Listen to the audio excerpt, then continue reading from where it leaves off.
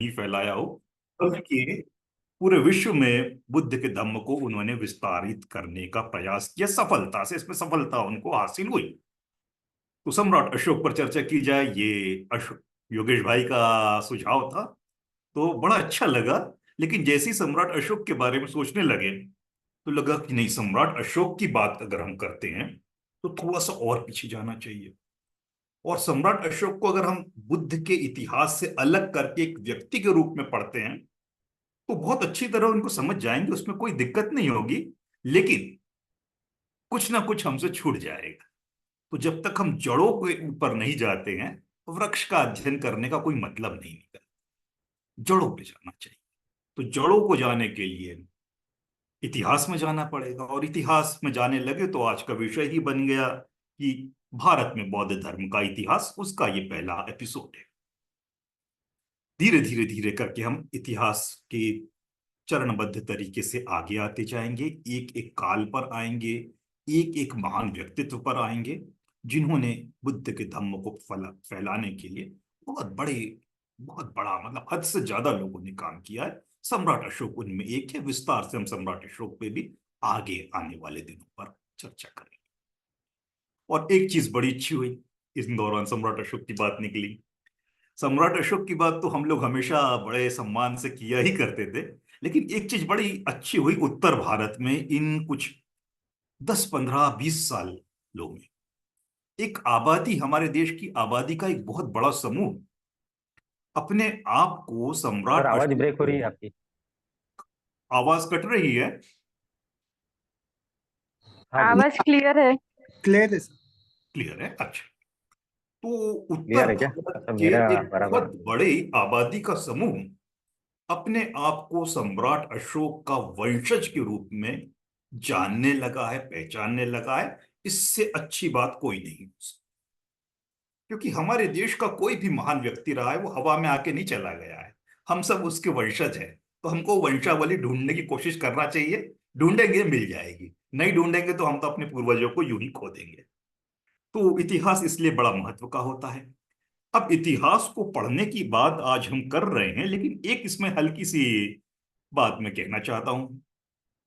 भारत के ही नहीं, तमाम बौद्ध जो भी होते हैं, वो बुद्धिस्ट जितने भी हो या अन्य धर्म के लोग भी अपने अपने धर्म का जब अध्ययन करते हैं तो धार्मिक लोगों की एक विशेषता होती है।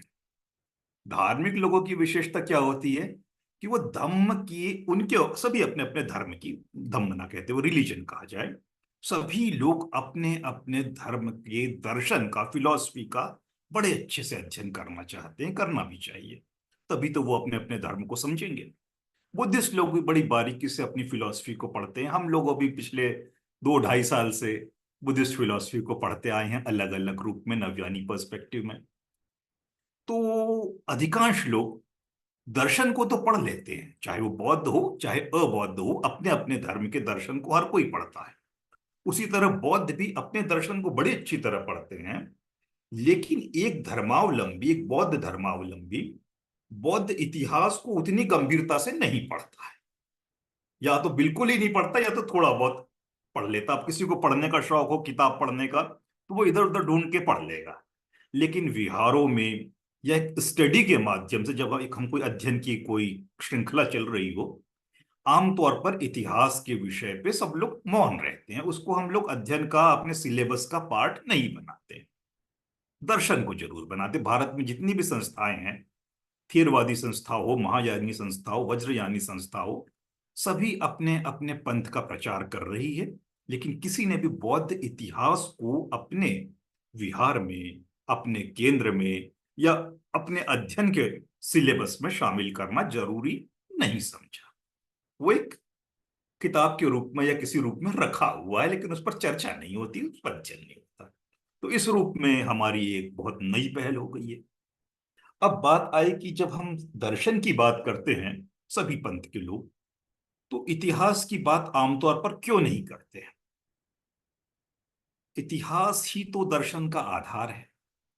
भाई, हमारा जो भी धम्म संस्थापक है, उसने धम्म की स्थापना कब की, कैसे की, क्या क्या दिक्कतें आई, धम्म कैसे आगे बढ़ता गया, कैसे पीछे हुआ और कैसे खत्म हो गया, ये सब जानना भी बेहद जरूरी होता है।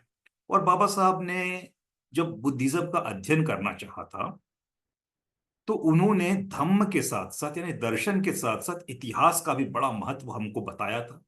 और ये हमें कहा था कि अगर धम्म को पढ़ना है तो बुद्धा एंड इस धम्मा ही काफी नहीं है जो उन्होंने लिखी थी। साथ ही उन्होंने कहा था कि रेवोल्यूशन एंड काउंटर रेवोल्यूशन भी पढ़ी जाए, क्योंकि वो इतिहास है, धम्म के इतिहास का एक भाग है, महत्वपूर्ण भाग है। तो इतिहास की ये भूमिका होती है। अच्छा, इतिहास और दर्शन की अगर और तुलना की जाए तो एक बहुत बड़ा अंतर है दर्शन और इतिहास में। दर्शन का अर्थ होता है फिलॉसफी, बुद्धिस्ट फिलॉसफी कह सकते हैं, अलग अलग धर्मों की अपनी फिलॉसफी, बौद्ध दर्शन जिसे कहा जाता है। दर्शन के साथ एक सुविधा ये होती है, या असुविधा कह दे या विशिष्टता कह दे उसकी, कि दर्शन जो है वो साइंटिफिक टेम्परामेंट पर आधारित हो या नहीं हो इसकी किसी को चिंता नहीं होती है। दर्शन दर्शन है, किसी ने ये विचार रख दिया है, भाई ये मान्यता है, ये उसकी फिलॉसफी है, इसको पूरी दुनिया मानेगी क्योंकि गुरु ने कहा, अब कह दिया है इसलिए मान रहे हैं। दर्शन में ये स्वतंत्रता है, उस पर हम कोई उंगली नहीं उठा सकता कि भाई ये बात आई तो आई कैसे, इसका कोई आधार नहीं है। हम लोग उंगलियां उठाते रहते हैं, हम नवयानी लोग इसलिए उठाते कि हमारा पर्सपेक्टिव अलग है, लेकिन पारंपरिक लोग कभी उंगली नहीं उठाते, और वो उंगली नहीं उठाते हैं तो उनके हिसाब से वो सही है, क्योंकि दर्शन में उंगली उठाने के लिए उतनी ज्यादा इजाजत हमको नहीं मिलती है स्टूडेंट को या उसके अभ्यासक को। इसीलिए फिलॉसफी को कभी भी साइंस नहीं माना जाता है। सोशल साइंस में फिलॉसफी को हल्का बड़ा उदार चित्त होके मजबूरी में शामिल किया गया है, वरना फिलॉसफी जो है भारतीय फिलॉसफी की अगर हम बात करें तो वो साइंटिफिक फिलॉसफी नहीं है होती है, इसलिए सोशल साइंस में उसको शामिल नहीं किया जाता है। अभी अभी करने लगे हैं मजबूरी में कि भाई सोशल साइंस सेंटर बना है, फिलॉसफी के स्टूडेंट भी एडमिशन ले रहे हैं तो क्या करें, तो चलो थोड़ा उदार हो जाओ, उनको भी प्रवेश दे दो, वरना पहले नहीं दिया जाता था। लेकिन हिस्ट्री जो है, इतिहास जो है, इतिहास एक ऐसा विषय है, अध्ययन की वह पद्धति है जो पूर्णतः वैज्ञानिक है। इतिहास में मेरा मन क्या कर रहा है, आपका मन क्या कर रहा है, इसकी कोई जगह नहीं। जगह इस बात की है कि तथ्य क्या कह रहे हैं। जो तथ्य कहेगा वो इतिहास है, जो तथ्य नहीं कहेगा वो इतिहास नहीं है। सीधी सी बात है। तो ये पूरी तरह तथ्यों पर आधारित है, और जो चीज तथ्यों पर आधारित होती, जाहिर सी बात है वो बड़ी वैज्ञानिक होती है, क्योंकि उसमें कुछ घाल मेल करने के लिए किसी को भी कोई इजाजत नहीं होती। भाई ये किसी ने कहा कि ये चीज ऐसी है, बताओ कैसे है, कोई उत्खनन करके दिखा देगा भाई आपके सामने कि ये लीजिए। उदाहरण के लिए ताजमहल हमारे देश में है, तो भाई ताजमहल है तो उससे उसका अस्तित्व सिद्ध हो जाता है कि एक ये स्मारक है, बिल्डिंग है, जो भी है। अब फिर उसका इतिहास ढूंढते हैं, किसने बनाया था, कैसे बनाया, तो धीरे धीरे धीरे हमको मुगल काल का या कुछ उस समय का काफी कुछ जानकारी मिलते जाती है, और एक अच्छा खासा हम लोग अ, उसका इतिहास यानी उसकी पूरी जानकारी इकट्ठी कर लेते हैं। हवा में नहीं होती बात कि भाई किसी ने कह दिया कि शाहजहां ने ताजमहल बनाया था, और ताजमहल हमको दिख ही नहीं रहा, मतलब अगर अवशेष भी ना बचा हो उसका, तो बड़ा मुश्किल हो जाएगा ये सिद्ध करना कि शाहजहां ने ताजमहल बनाया। तो इतिहास के साथ ये बहुत बड़ी खूबी भी है, और ये उसकी कमजोरी भी है। खूबी इसलिए कि इतिहास कभी भी झूठी बात पे, मक्कारी पे, लफ्फाजी पे नहीं टिक सकता। अगर कहा है कि ये ऐसा हुआ था तो उसका प्रमाण दिखाना पड़ेगा, प्रमाण दिख जाएगा पूरी दुनिया मान जाएगी। उदाहरण के लिए हम एक उदाहरण लेते हैं, सम्राट अशोक का ही उदाहरण लेते हैं। भारत का जब इतिहास, बौद्ध इतिहास लिखा जाने लगा था, तो सम्राट अशोक के नाम से कोई भी इतिहासकार वाकिफ नहीं था। भारतीय लोग भी सम्राट अशोक के नाम से बिल्कुल वाकिफ नहीं थे। कोई नहीं जानता था कि सम्राट अशोक हमारी धरती पे पैदा हुए हैं, और एक ऐसे सम्राट रहे जो कि विश्वव्यापी रहे। कोई नहीं जानता था इस बात को, बिल्कुल नहीं जानता। लेकिन इतिहास खोजने का प्रयास हुआ, खोजते खोजते किसी विदेशी इतिहासकार को, हमारे देश का इतिहास किसने लिखा है, अंग्रेजों ने लिखा। अगर अंग्रेज भारत में नहीं आते तो एक साइंटिफिक तरीके से इतिहास नहीं लिखा जाता। तो दीपवंश हाथ में लगा, एक श्रीलंकन ग्रंथ, महावंश हाथ में लगा, श्रीलंकन ग्रंथ। उनको जब पढ़ा तो उनको पता चला कि देव नाम पियदस्सी नाम का कोई राजा हुआ करता था, सम्राट हुआ करता था भारत का, जिसकी वजह से श्रीलंका बौद्ध बना। ठीक है भाई, होगा, नाम मिल गया देव नाम पियदस्सी, बाकी कुछ नहीं। और उसने श्रीलंका को बौद्धमय किया, ये भी पता चल गया। लेकिन वो देव नाम पियदस्सी का कोई प्रमाण तो मिलना चाहिए था। अब जब तक प्रमाण नहीं मिलेगा तो इतिहासकार कैसे मान लेंगे कि ऐसा वास्तव में हुआ था? ठीक है, ग्रंथ कह रहा है, उसका वजन है, ऐसा नहीं कि नहीं है, लेकिन सम्राट अशोक का कोई प्रमाण ही नहीं मिल रहा था, बड़ी दिक्कत हो रही थी। अब ये भला हो कि जेम्स प्रिंसेप को अशोक की धम्मलिपि पढ़ने का विधि पता चल गई, और जैसे ही उन्होंने उस स्क्रिप्ट को पढ़ा, दूध का दूध पानी का पानी हो गया कि भारत में ही सम्राट अशोक पैदा हुए थे, और ये इनका इतना बड़ा क्षेत्र में इनका राजपाट था, और उन्होंने दुनिया में कैसे कैसे कैसे धर्म को पहुंचाया, क्योंकि हमको वो इंस्क्रिप्शन पढ़ना बन गया। अगर नहीं बनता तो सम्राट अशोक वास्तव में थे, लेकिन वो चूंकि हम इंस्क्रिप्शन नहीं पढ़ पा रहे थे, तो उनके होने का हमको पता ही नहीं चलता। यानी इतिहास का इतना महत्वपूर्ण व्यक्ति ओझल हो जाता हमारे सामने, अगर हमसे आज जेम्स प्रिंसेप ने 1827 में वो स्क्रिप्ट नहीं पढ़ी होती। तो इतिहास की यह विशेषता है कि प्रमाण होगा तो एक व्यक्ति होगा, उसके इर्द गिर्द सारी बातें होगी, और खुलते जाएगी परत, और हमको पूरी हिस्ट्री पता चल जाएगी उस काल की। लेकिन अगर हमारे को पता चल रहा है कि कोई व्यक्ति है, हमको एक किताब में उल्लेख मिल गया, लेकिन उसका कोई अवशेष, अन्य अवशेष हमको नहीं मिल रहा है, तो वो वाकई कभी रहा भी होगा तो हम उसको सिद्ध नहीं कर पाएंगे। तो इसमें हमारा बड़ा नुकसान भी होता है कि जो वास्तव में कभी था लेकिन उसका प्रमाण हमारे सामने नहीं है, इसलिए हम उसको जानने से वंचित रह जाते हैं। ये बिल्कुल वही बात है कि हम, पुलिस ने हमको पकड़ लिया, कोर्ट में ले गए और बोला कि भाई फलाने इंसान ने चोरी की है। तो हमने कहा कि भाई चोरी हमने नहीं की है, तो जज कहेगा कि भाई अब प्रमाण दिखा दो। हम अगर प्रमाण दिखाने में सफल हो गए, उन्होंने कहा कि भाई आपने इस जगह पे, इस पेड़ के नीचे, के नीचे इसका जेब काटा था, इसका लूटा था पैसा, और आप कह दो कि ठीक है भाई, आपकी बात कहो, कितने बजे हुआ था? 8 बजे हुआ था, ठीक है। कितने, कौन से दिन हुआ था? इस दिन हुआ था। और आप कह दो कि ठीक है, उस 8 बजे 8 दिन उस सीसीटीवी कैमरे को ले लीजिए जो बिल्कुल सामने लगा है। सीसीटीवी कैमरा बता देता है कि नहीं भाई, ये चोर था, वो ये आदमी नहीं है जो पकड़ा गया, कोई और था। तो दूध का दूध पानी का पानी हो जाएगा, क्योंकि प्रमाण हमको बचा रहा है। अब मान लीजिए किसी पर इल्जाम लग गया, लेकिन वहां पे कोई सीसीटीवी नहीं हो, कोई गवाह नहीं हो, बेचारा निरपराध व्यक्ति अंदर हो जाए, तो क्या कर सकते? कुछ नहीं कर सकते।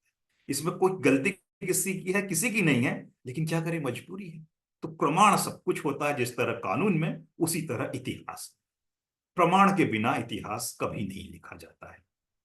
तो इतिहास इस तरह से बड़ा साइंटिफिक भी होता है, इसकी ये विशेषता भी होती है, और ये कमजोरी भी होती है कि कोई व्यक्ति रहा हो और उसका प्रमाण हमारे हाथ से चला गया हो किसी भी कारण से, तो उसको सिद्ध कर पाना असंभव सा हो जाता है, लगभग असंभव हो जाता है। तो इतिहास इस तरह से तथ्यों पर आधारित है। अब तथ्यों की जब जब हम बात कर रहे हैं इतिहास की, तो ये तथ्य होते क्या है? कौन से एविडेंसेस होते हैं, कौन से फैक्ट्स होते हैं जिसके आधार पर हम कहते हैं कि ये इतिहास है? तो इतिहास के दो आधार होते हैं। एक होता है पुरातात्विक आधार, यानी आर्कियोलॉजिकल। दूसरा होता है लिटरेरी, यानी साहित्य। आर्कियोलॉजिकल क्या होता है भाई? आर्कियोलॉजिकल एविडेंस जो होता है, बड़ा मजबूत प्रमाण होता है, वो साहित्यिक से भी ज्यादा वजन रखता है। आर्कियोलॉजिकल प्रमाण ये है कि मान लीजिए कि किसी ने कहा कि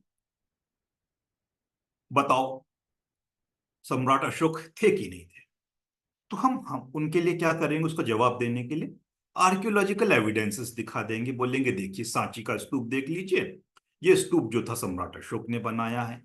कैसे बोल रहे हो कि बनाया है? अभिलेख पढ़ लीजिए, स्तंभ को पढ़ लीजिए, और देश में और विदेश में भी जहां जहां पे अशोक स्तंभ है, आप उनको पढ़ लीजिए, तो दूध का दूध पानी का पानी हो जाएगा, अशोक नाम का एक व्यक्ति था। अब उन अभिलेखों को जब हम पढ़ते हैं, तो उसको धीरे धीरे धीरे बाकी चीजों से मिलान करते हुए, और वो जो स्ट्रक्चर्स निकलते हैं, वो स्तूपों के रूप में निकले, मूर्तियों के रूप में निकले, अशोक स्तंभ के रूप में, धम्म चक्र के रूप में, तो धीरे धीरे धीरे परत उसकी खुलते जाती है, और हमारे सामने पूरा का पूरा इतिहास आ जाता है। तो आर्कियोलॉजी का ये महत्व, आर्कियोलॉजिकल एविडेंस हमको मिल गए तो बिल्कुल स्पष्ट हो जाए कि भारत एक काल में बौद्धमय राष्ट्र था, इसमें किंचित भी शक नहीं, क्योंकि जहां धरती खोलेंगे खोदेंगे बुद्ध निकलते आते हैं, तो ये स्पष्ट करता है। तो आर्कियोलॉजी का ये महत्व होता है, आर्कियोलॉजिकल एविडेंस। दूसरा होता है लिटरेरी एविडेंस। लिटरेरी एविडेंस ये होते हैं कि उस काल में या उसके बाद भी किसी ने किसी घटना का वर्णन किया और वो डायरी, वो उसकी लिखी हुई किताब हमारे हाथ लग जाए खोदते हुए जमीन को, या इधर उधर कहीं हमको मिल जाए, तो उससे हम एक पूरा का पूरा पिक्चर हमारे सामने आ जाती कि ठीक है भाई, इस नाम का व्यक्ति था और वो, उसके पिता का नाम ये था, माता का नाम ये था, वो यहाँ का राजा था, इस वक्त युद्ध जीता था, इस समय हारा, ये हुआ वो हुआ, पूरा विवरण किसी ने डायरी में लिखा हुआ हो, उसके किसी दोस्त ने, उसके किसी दुश्मन ने, उसके किसी करीबी ने, और वो हमको मिल जाए, तो पूरा का पूरा उसका विवरण हमारे सामने स्पष्ट हो जाए। तो लिटरेरी एविडेंस भी बड़ा महत्व रखते हैं। लेकिन लिटरेरी एविडेंस में एक कमजोरी होती है। लिटरेरी एविडेंस में सबसे बड़ी कमजोरी ये होती है साहित्यिक में, कि जिस व्यक्ति ने ये डायरी लिखी थी, अगर वो व्यक्ति झूठा हो, कि भाई किसी को ऐसी बढ़ा चढ़ा के महान बनाना हो तो उसने महानता के किस्से गढ़ दिए, किसी को जबरदस्ती बदनाम करना हो तो उसने उसको बता दिया कि बहुत ही घटिया आदमी था, ये था वो था, दुष्ट था, इतने लोगों की हत्या की, हत्यारा था, ऐसा था वैसा था, तो हमको वो सही लगेगा। तो इसमें बायसनेस की बड़ी संभावना हो, ये मजबूरी होती लिटरेरी एविडेंस की। लेकिन ये होता है एक बड़ा अच्छा एविडेंस, इन दोनों के आधार पर ही इतिहास को लिखा जाता है। इंस्क्रिप्शन में जैसे हम आर्कियोलॉजिकल में कहेंगे कि स्तंभ हो गए, स्तूप का अवशेष हो गए, सिक्के हो गए, उस काल के कोई गहने हो गए, हथियार हो गए, औजार हो गए, ये सारा प्रमाण बनते जाते हैं कि हाँ भाई उस काल में कभी कभी किसी काल में ये सभ्यता रही होगी।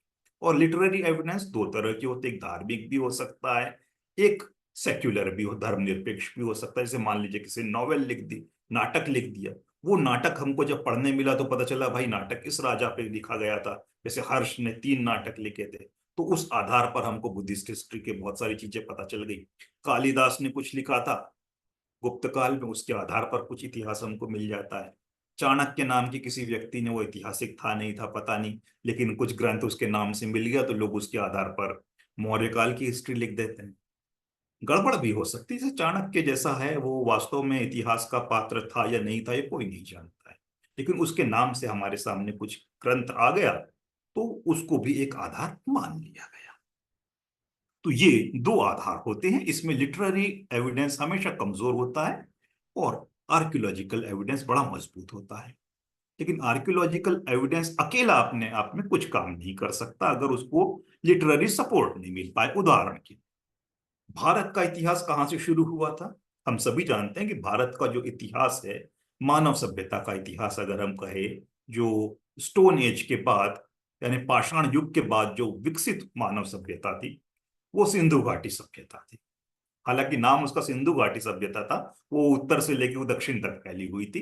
पहले सिंधु घाटी में उसका उत्खनन हुआ तो लोगों को लगा छोटी सी सभ्यता होगी सिंधु घाटी के आसपास का क्षेत्र, बाद में पता चला अरे बाप रे, मध्य प्रदेश क्या, महाराष्ट्र क्या, दक्षिण क्या, पूरी फैली हुई थी, बड़ी विशाल सभ्यता थी। उस सभ्यता का एक एक हमको पुरातात्विक अवशेष मिल रहा है। हमको पता चलता है कि उस काल के बच्चे कैसे खिलौने खेलते थे, वो खिलौने हमको मिल गए। महिलाएं क्या श्रृंगार करती थी, उनकी चूड़ी हमको मिल गई। खाना कैसे पकाते थे, उनके बर्तन मिल गए। घर कैसे होते थे, रोड कैसी होती थी, बाजार कैसा होता था, सड़कें कैसी चौड़ी थी, पानी की निकासी क्या व्यवस्था थी, हर चीज हमको मिल गई। लेकिन क्या नहीं मिला? कोई हम उसकी स्क्रिप्ट नहीं पढ़ पाए और ना ही हमको कोई लिटरेरी एविडेंस मिला। तो वो उस सिंधु घाटी सभ्यता के मालिक कौन थे, उनका क्या धार्मिक विश्वास था, क्या उनकी व्यवस्था थी, हमको उसकी कतई जानकारी नहीं मिल रही है। स्ट्रक्चर पूरा मिल गया जो स्पष्ट रूप से हमको बता रहा है कि बड़ी विकसित सभ्यता रही थी वो। लेकिन वो विकसित सभ्यता में कौन थे जो उसके संचालक थे, कौन प्रजा थी, कौन राजा था, कैसी व्यवस्था थी, क्या वो समाजवादी व्यवस्था थी, क्या कोई राजा एक छत्र राजा था, कुछ नहीं पता। तो बड़ी बड़ी दिक्कत हो जाती कि सब कुछ पाने के बावजूद भी हम उसका विश्लेषण नहीं कर पा रहे हैं। तो ये मजबूरी तो होती ही है इतिहासकारों की कि क्या करें, अगर जानकारी पूरी नहीं मिली तो बड़ी दिक्कत हो जाती है।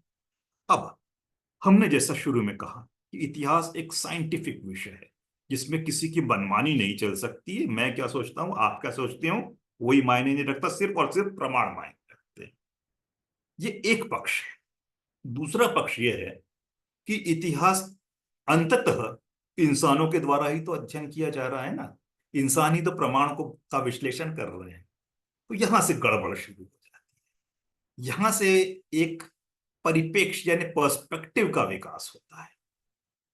तो पर्सपेक्टिव ऐसा कि जो अध्ययन करने वाला व्यक्ति है उसकी जैसी सोच होगी उसके हिसाब से वो लोगों के सामने विश्लेषण करते रहेगा। उदाहरण के लिए, अब कोई ब्राह्मणवादी व्यक्ति हो और वो जब सिंधु घाटी सभ्यता के दौरान उसको कोई ऐसा बर्तन मिल जाए, कुंड दिख जाए जिसमें लगता हो कि इसमें लकड़ी जला के आग जलाई जाती थी, उसमें लकड़ी की राख भी दिख गई, हाँ, तो उसके क्या क्या अर्थ निकलेंगे। अगर ब्राह्मणवादी व्यक्ति को सीधे कहा कि देखो देखो देखो देखो, इस काल में यज्ञ हुआ करते थे, ये जो है हवन कुंड है।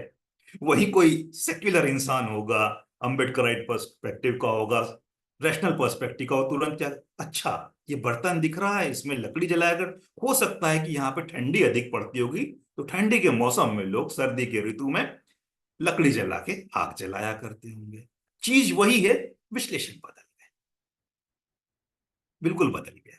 तो ये बड़ी बड़ा बड़ा डर होता है इतिहास में कि इतिहासकार का दिमाग कैसा है, उसकी सोच कैसी है, उसके हिसाब से वो रिजल्ट हमको बता के बना के दे देगा और हम वो रिजल्ट मानने लग जाएंगे। तो मोटे तौर पर भारत के इतिहास या विश्व के जितने भी इतिहास होते हैं, इनको चार परिप्रेक्ष्य में मोटे तौर पर कह रहा हूं अध्ययन करने का प्रयास लोगों ने किया है। चारों की अपनी खूबियां अपनी कमजोरी है, किसी की तो पूरी ही पूरी कमजोरी है और किसी में कुछ खूबी कुछ कमजोरी है। सबसे पहले, क्योंकि हमने ये कहा कि इतिहास के अध्ययन का काम व्यवस्थित रूप में साइंटिफिक रूप में, वैसे तो मध्यकाल में भी लोग इतिहासकार हुए हैं हमारे देश में, ऐसा नहीं कि नहीं हुए, आधुनिक काल की बात कर रहे हैं हम लोग, और प्राचीन काल में भी इतिहासकार हुए, मेगास्थनीज जैसे लोग हुए हैं, स्ट्राबो जैसे लोग हुए हैं जिन्होंने इतिहास लिखा है, ऐसा नहीं कि नहीं हुए।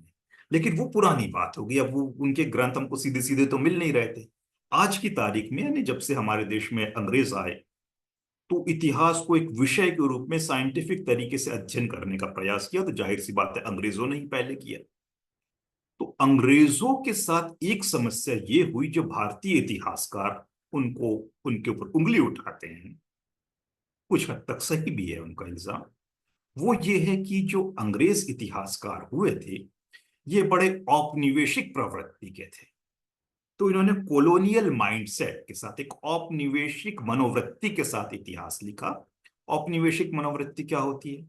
औपनिवेशिक मनोवृत्ति ये है कि भाई वो चूंकि गोरे लोग थे, हमसे अधिक पढ़े लिखे थे, हमसे अधिक सभ्य थे, हर चीज में हमसे आगे थे, वो जब भारत में आए तो वो उसी मानसिकता से आए कि भारत के लोग बिल्कुल पिछड़े हुए होते हैं, अनपढ़ होते हैं, गंवार होते हैं, इनमें कोई तमीज नहीं होती, इनकी कोई संस्कृति नहीं, कोई सभ्यता नहीं, इनमें कोई अच्छाई नहीं, तो वो कमियां ढूंढने लगते हैं।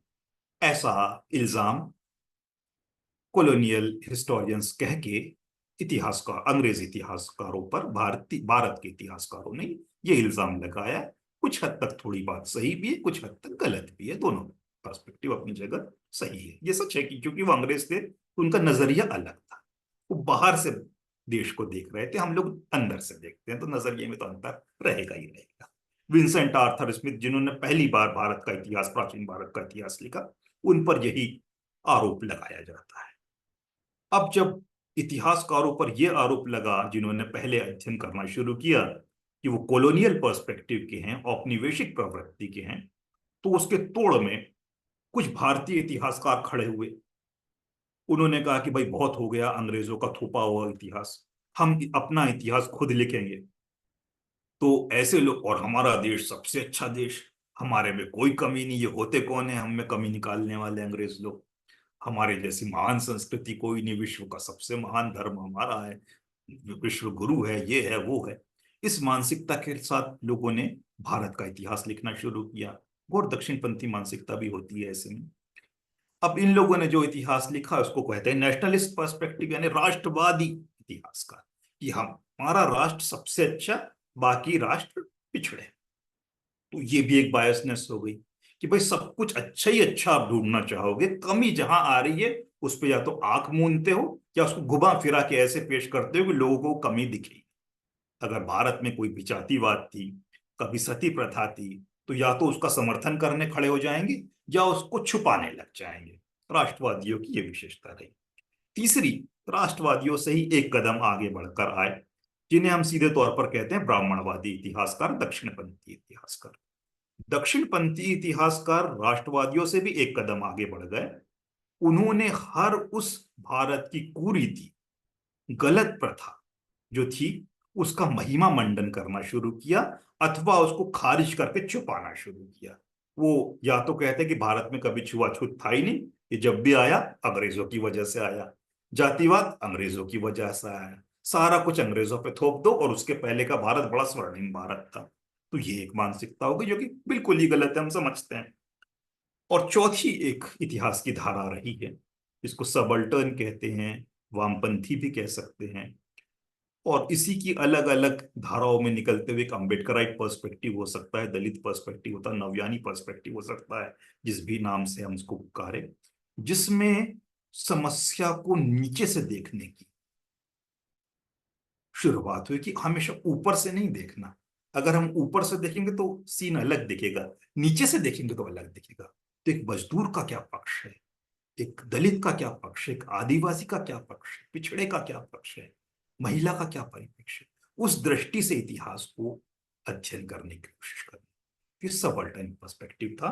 बाबा साहब ने भी जो अपना इतिहास लिखा भारत का, इसी पर्सपेक्टिव पे लिखा कि भाई भारत के जो ऐसे लोग हैं जिनको वंचित समझा जाता है और ये कहा गया कि इनकी कभी कोई संस्कृति ही नहीं रही थी, ये तो शुरू से ही गुलाम रहे, अनपढ़ रहे, बेवकूफ रहे, उनकी क्या समाज में कभी स्थिति हुआ करती थी, उसको जानो, उसको कनेक्ट करो, वरना बड़ी गड़बड़ हो जाएगी। आप उनको इतना नीचा, इतना डरा हुआ, इतना बेवकूफ, इतना नालायक बार बार कहोगे तो वो कहाँ आगे बढ़े। तो उनको प्रेरणा भी मिलना चाहिए और जो साइंटिफिक भी था, ऐसा भी नहीं कोई झूठ बोल। तो इस तरह से इतिहास को अलग अलग परिप्रेक्ष्य में अध्ययन करने का प्रयास हुआ। क्योंकि आज का विषय बिल्कुल निश्चित रूप से आप लोगों को काफी अलग लग रहा हो कि अचानक से इतिहास की बात आ गई, तो जाहिर सी बात है जिस तरह से हम अभी तक पढ़ रहे थे उससे ये बिल्कुल अलग टॉपिक है। लेकिन परेशान मत होइए, नया भी टॉपिक है और निश्चित रूप से इससे आपको लाभ ही मिलेगा। क्योंकि जो चीज हम जानते नहीं है उसको जानना बहुत जरूरी है और इतिहास बेहद महत्व का विषय होता है। बाबा साहब ने ऐसा कहा था ना, जो व्यक्ति अपना इतिहास नहीं जानता वो कभी अब इतिहास गढ़ भी नहीं सकता, बना भी नहीं सकता। तो इतिहास को जानना बहुत जरूरी है, ये हमारी जड़ है। तो थोड़ा सा, क्योंकि हम में से कई लोग हैं, अधिकांश लोग होंगे इतिहास के विद्यार्थी नहीं होंगे, इसलिए बिल्कुल सामान्य भाषा में इसकी शुरुआत हम कर रहे हैं और हल्की सी समझाने चाहते, क्योंकि हम बौद्ध इतिहास की बात कर रहे हैं। लेकिन बौद्ध इतिहास अपने आप में हवा में नहीं आया है, इसी मिट्टी से उठा है। तो हमको बौद्ध इतिहास कैसे इस धरती पे उसका जन्म हुआ, उसके पहले क्या था, उसके बाद में क्या है, इसको पढ़ना होगा। उसके बाद ही हम बौद्ध इतिहास पे चर्चा शुरू करेंगे।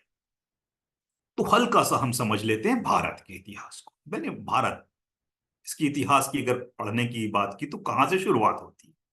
तो देखिए मित्रों, जैसे आज हम अपने विश्व का नक्शा देखते हैं तो एक तरफ भारत है, दूसरी तरफ दक्षिण अफ्रीका है, अफ्रीका जो महाद्वीप, इन दोनों में कोई रिश्ता नजर नहीं आता है। बीच में बहुत गहरा समुद्र है, महासागर है, दूरियां हैं बहुत। लेकिन एक समय ऐसा था, हम एकदम प्राचीन काल में जा रहे हैं, जब हमने इतिहास को पढ़ना भी शुरू नहीं किया, उस युग की बात कर रहे हैं। पृथ्वी चिपकी हुई थी, तो दक्षिण अफ्रीका का एक भाग जो था भारत से लगा हुआ था। तो भारत में मानव का पहला कदम दक्षिण अफ्रीका से ही हुआ है। तो हमारे जो पूर्वज हैं, सच भाषा सही कहा जाए तो मूल रूप से हमारे पूर्वज जो है दक्षिण अफ्रीका से ही भारत में आए थे। और सच्चाई तो यह है कि पूरी मानव सभ्यता की ही उत्पत्ति अफ्रीका में हुई है। अफ्रीका से ही लोग अलग अलग अलग जगह फैलते गए हैं। और अब आप कहेंगे फैल गए तो फिर वो अलग अलग क्यों दिख रहे हैं? कोई काला दिख रहा, कोई गोरा दिख रहा, कोई मोटा दिख रहा, कोई पतला दिख रहा, कोई ऊंचा दिख रहा, कोई छोटा दिख रहा, किसी की नाक लंबी है, किसी की चपटी है, ऐसा क्यों? इसका कारण साफ था कि जिस जिस क्षेत्र में वो गए, प्राकृतिक हालात जैसे थे उसके हिसाब से शरीर धीरे धीरे धीरे सदियों तक बदलता गया। उसके चलते हमारे रंग रूप, नाक नक्श सब कुछ बदलते गए।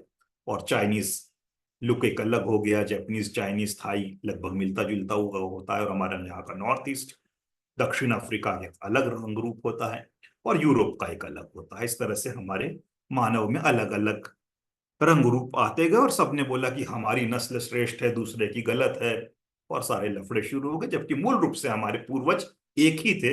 ये रंग और नस्ल की जो बात है, ये बहुत बाद की बात है, और इसी को लोगों ने सच मान लिया। इतिहास नहीं जानने से सारी गड़बड़ होती है, अगर साइंटिफिक रूप में हम नहीं जानते। ये हिटलर जैसे व्यक्ति ने पूरा आतंक मचा दिया था सिर्फ नस्ल के नाम पर। नस्ल के नाम पे बहुत लड़ाई होती है। नस्ल कभी भी सच्चाई नहीं है, ये बहुत बाद की डेवलपमेंट है।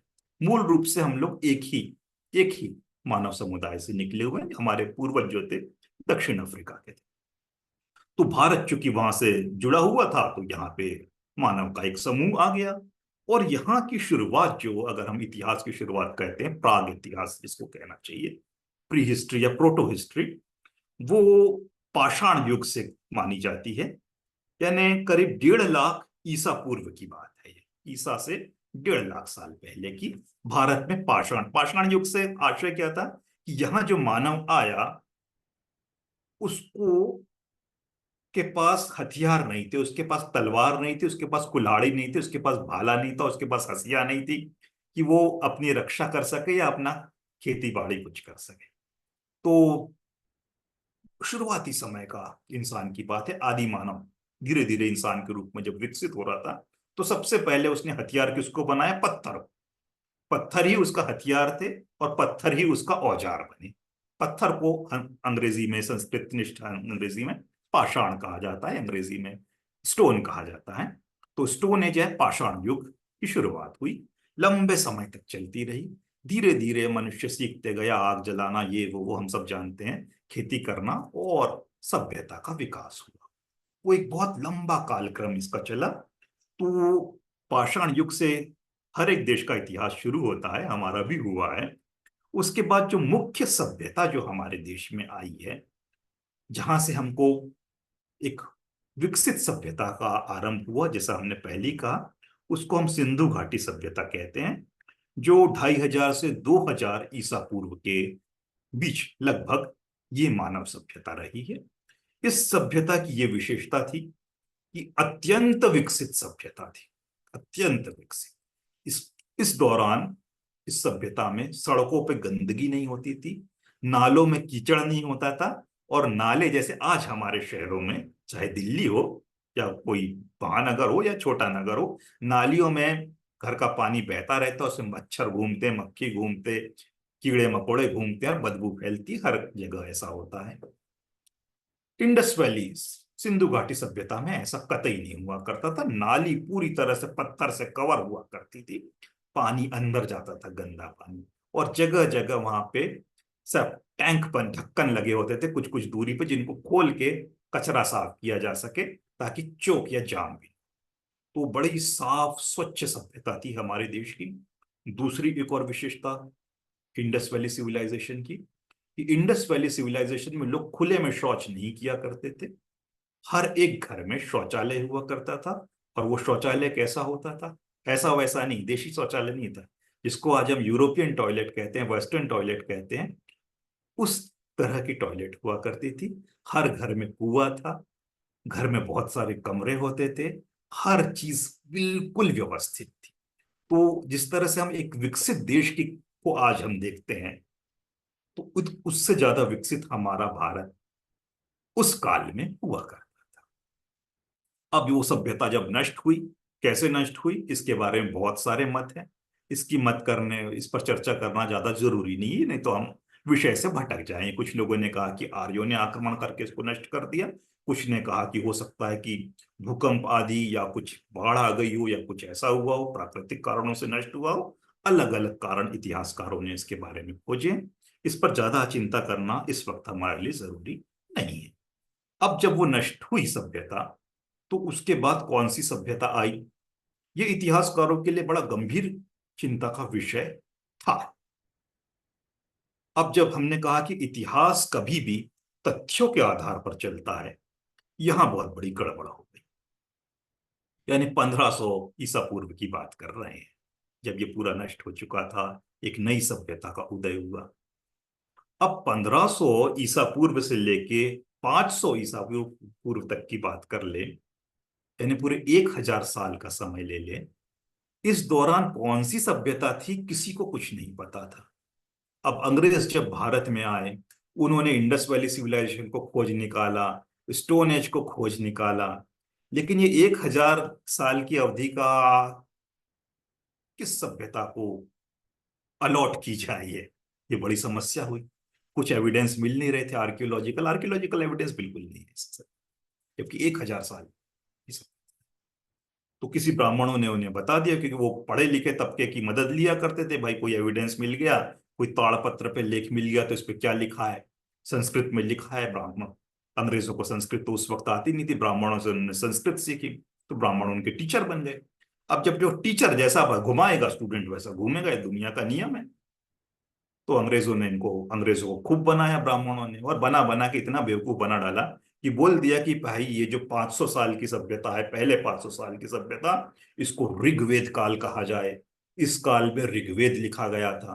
तो उन्होंने कहा ठीक है भाई, मान लेते हैं, प्रमाण लाओ। तो इधर उधर से ताड़पत्र इकट्ठे करके ला ला के अंग्रेजों को दिखा दिए। अंग्रेज ने बोल दिया ठीक है भाई, दे दिए 500 साल हमने ऋग्वैदिक सभ्यता। उस ऋग्वैदिक सभ्यता की एक हॉलपिन तक के नहीं मिली, एक एविडेंस नहीं है। लेकिन चूंकि ग्रंथ का प्रमाण दे दिया गया, तो लिटरेरी आधार पर मान लिए 500 रुपये, 500 साल उनको दान कर दिए। बोला बाद के 500 साल में क्या किया जाए, तो बोला अभी भी हमारा सभ्यता खत्म नहीं हुई है। अब ये उत्तर वैदिक कालीन सभ्यता है, लेटर वैदिक पीरियड। तो यहाँ पे ऋग्वेद तो हमने 5 सालों तक चलाया ऋग्वेद के हिसाब से सभ्यता को। उसके बाद हमने साम वेद, यजुर्वेद, ये वेद वो वेद, जो बाकी 4 वेद बचे हैं, उनको लिखा। और उस दौरान हमारी ये ब्राह्मणी सभ्यता रही। तो अंग्रेजों ने कहा ठीक है भैया, पूरे 1000 साल ब्राह्मणी सभ्यता को दे दिए गए। ये चूंकि उस काल में हमारे लोग इस तरह से पढ़े लिखे नहीं थे, गिनती के लोग पढ़े लिखे थे। तो जो वैचारिक विरोध होना चाहिए था इस कालक्रम का, हमारे लोग कोई भी नहीं कर पाए। तो वो जो थोप दिया गया कालक्रम, वो हमारे मन मस्तिष्क पे इस कदर हावी हुआ कि अभी तक कायम है। जब मैंने इतिहास को पढ़ना शुरू किया था, मैं बिल्कुल इस कालक्रम को पत्थर की लकीर मान के चलता था कि भाई ऐसा ही हुआ होगा। ये तो भला हो, एक इतिहासकार हुए हैं जिनका नाम मैं हमेशा लेता हूं, जिन्होंने लिखा है Buddhism in shadow of Brahmanism, Johannes Bronkhorst. Johannes Bronkhorst पहले व्यक्ति थे जिन्होंने ऐतिहासिक प्रमाण के आधार पर यह कहा कि भारत में जब बुद्ध का धम्म आया, उससे पहले कोई ब्राह्मणी सभ्यता थी ही नहीं, और ब्राह्मणों का और बुद्ध के बीच में कभी कोई संवाद नहीं। जबकि हम त्रिपिटक में बहुत सारे संवाद देखते हैं, तो इस संवाद हुआ है, ऐसा नहीं कि बिल्कुल नहीं हुआ, लेकिन वो उस रूप में नहीं हुआ कि ब्राह्मण एक विकसित सभ्यता थी, ब्राह्मण सभ्यता, और बुद्ध ने उनका विरोध करते हुए एक नई सभ्यता लाई। उन्होंने कहा बिल्कुल नहीं, प्राचीन सभ्यता जो थी वो बौद्ध सभ्यता ही थी, बौद्ध दर्शन ही था। बाद में ब्राह्मणवाद आया है। तो जो 1000 साल की घालमेल की है, जोहान्स ब्रोंखर्स्ट को बहुत बहुत धन्यवाद कि उन्होंने हमारी आंखें खोल दी। उनकी वजह से हमको ये पता चला, और अभी फेसबुक पर भी हमारे कई मित्र लिखने लगे हैं। एक राजेंद्र प्रसाद सिंह हैं जो बिहार के हैं, वो भी इस विषय पे लगातार लिख रहे हैं और लोगों को जागरूक कर रहे हैं कि भाई ये जो 1000 साल की ब्राह्मणी सभ्यता थोप दी गई है हमारे मन पे, इसको निकाल दीजिए। तो ये प्रसंगवश के विषय मैंने ये बात कही। लेकिन अगर इतिहास को कालक्रम में देखा जाए, तो आज भी 1000 साल का पीरियड जो है ये ब्राह्मणी सभ्यता को दान में दे दिया गया है। हमारी टेक्स्ट बुक यही कहती है, और टेक्स्ट बुक के अलावा भी जितनी भारत के इतिहास में किताबें लिखी है, हर कोई यही कहता है। इसके बाद ये कहा जाता है कि 6वीं शताब्दी ईसा पूर्व का जो समय था, उस काल में बुद्ध और महावीर पैदा हुए, और ये दोनों धर्मों ने एक लंबे समय तक भारत की सोच को, व्यवस्था को, राजनीति को, अर्थनीति में हर रूप में बदलाव लाया। और एक लंबा समय उसके बाद बुद्ध को देने के लिए इतिहासकार मजबूर इसलिए हुए क्योंकि बुद्ध के अवशेष निकल आए सामने। अगर नहीं निकल के आते तो वो कतई नहीं मानते कि भारत में कभी बुद्ध काल भी रहा है, महावीर काल भी रहा है। ये तो भला है कि अवशेष मिल गए, अवशेष की वजह से ये बच गए। तो अवशेष अगर बुद्ध काल के मिले हैं, तो वो कौन कौन से अवशेष हैं जिसके काल पे हमारे इतिहासकार को मानना पड़ा कि भाई बुद्ध काल तो था, बुद्धिस्ट पीरियड था, बुद्धिस्ट सिविलाइजेशन था। तो थोड़ा सा हम उनको देख लेते हैं। आर्कियोलॉजिकल अवशेष की बात करें, पुरातात्विक अवशेष की, तो जैसे हमने कहा कि हमको स्तूपों के अवशेष मिले हैं, हमको विहारों के अवशेष मिले हैं, हमको स्तंभ अभिलेख मिले हैं। तो एक बहुत बड़े आधार पर इससे सिद्ध हुआ कि भाई बुद्ध काल था। दूसरा, हमको बुद्ध की अस्थियां मिली, बुद्ध के दांत मिले। तो उससे सिद्ध हो गया कि बुद्ध ऐतिहासिक व्यक्ति थे भाई, ऐसा नहीं कि कोई कपोल कल्पना थी। पूरी तरह बुद्ध का इतिहास सिद्ध हो गया। इसके अलावा हमको सिक्के मिले, अशोक के काल के, कनिष्क के काल के, हर्ष के काल के, जिसकी वजह से यह सिद्ध हुआ कि भारत में एक लंबे समय तक बौद्ध शासन रहा है। तो ये मुख्य तौर पर ये कुछ हमारे सामने पुरातात्विक अवशेष थे। इसके साथ ही हमको साहित्यिक अवशेष भी मिले। साहित्यिक अवशेष क्या मिले? साहित्यिक अवशेष हमको ऐसे मिले कि हमको त्रिपिटक ग्रंथ मिल गया। त्रिपिटक ग्रंथ में न सिर्फ दर्शन है, बल्कि काफी हद तक इतिहास भी है। जातक कथा जो थी, उसके माध्यम से तत्कालीन समाज कैसा था, उनका रहना सहना, सोच विचार, उसके बारे में काफी कुछ हमको पता चला। और अन्य बौद्ध ग्रंथों के बारे से मिलिंद प्रश्न हमारे सामने आ गया। तो उसकी वजह से भाई उस काल में राजा कौन था, प्रजा कैसी थी, कैसा धर्म था, इसकी हमको जानकारी मिल गई। और इतना ही नहीं, एक बड़ा मजबूत पक्ष हमको इसके साथ और मिला, वो विदेशी व्यक्तियों का वृतांत। विदेशी व्यक्ति जब भारत में आए थे, तो उन्होंने भारत के बारे में बड़ी अच्छी तरह लिखा था। जैसे एक मेगस्थनीज हुए थे, जो ग्रीक थे, यूनान के थे, भारत में आए। उन्होंने भारत के बारे में इंडिका नाम का एक ग्रंथ। अब बड़े दुख की बात यह है कि उन्होंने जो इंडिका ग्रंथ लिखा था, वो पूरा का पूरा सुरक्षित नहीं रह पाया। उसके सिर्फ कुछ पन्ने आधुनिक इतिहासकारों को मिल पाए। इसलिए बेहद आधी अधूरी जानकारी हमको मेगस्थनीज से मिल पाई है। लेकिन मिली, जितनी मिली वो भी बहुत काम की है। अच्छी खासी जानकारी हमसे छूट गई। आज मैं फेसबुक अचानक मैंने खोला, बहुत कम ही खोलता हूं वैसे तो मैं फेसबुक। तो किसी महिला का एक कमेंट मिला। उन्होंने लिखा कि भाई सम्राट अशोक जो हैं या बुद्ध जो हैं, ये कोरी कल्पना है। उन्होंने कहा कि बुद्ध का, सम्राट अशोक ने बुद्ध के बारे में कहा, बुद्ध कोरी कल्पना है। बुद्ध नाम का कोई व्यक्ति इस देश में पैदा ही नहीं हुआ। इस देश में कोई पैदा हुआ तो वो महावीर हुए। और महावीर की जैसी जैसी जीवन की घटनाएं थी, महावीर की पत्नी का नाम यशोदा था, तो बुद्ध की पत्नी का नाम भी यशोधरा रख दिया गया।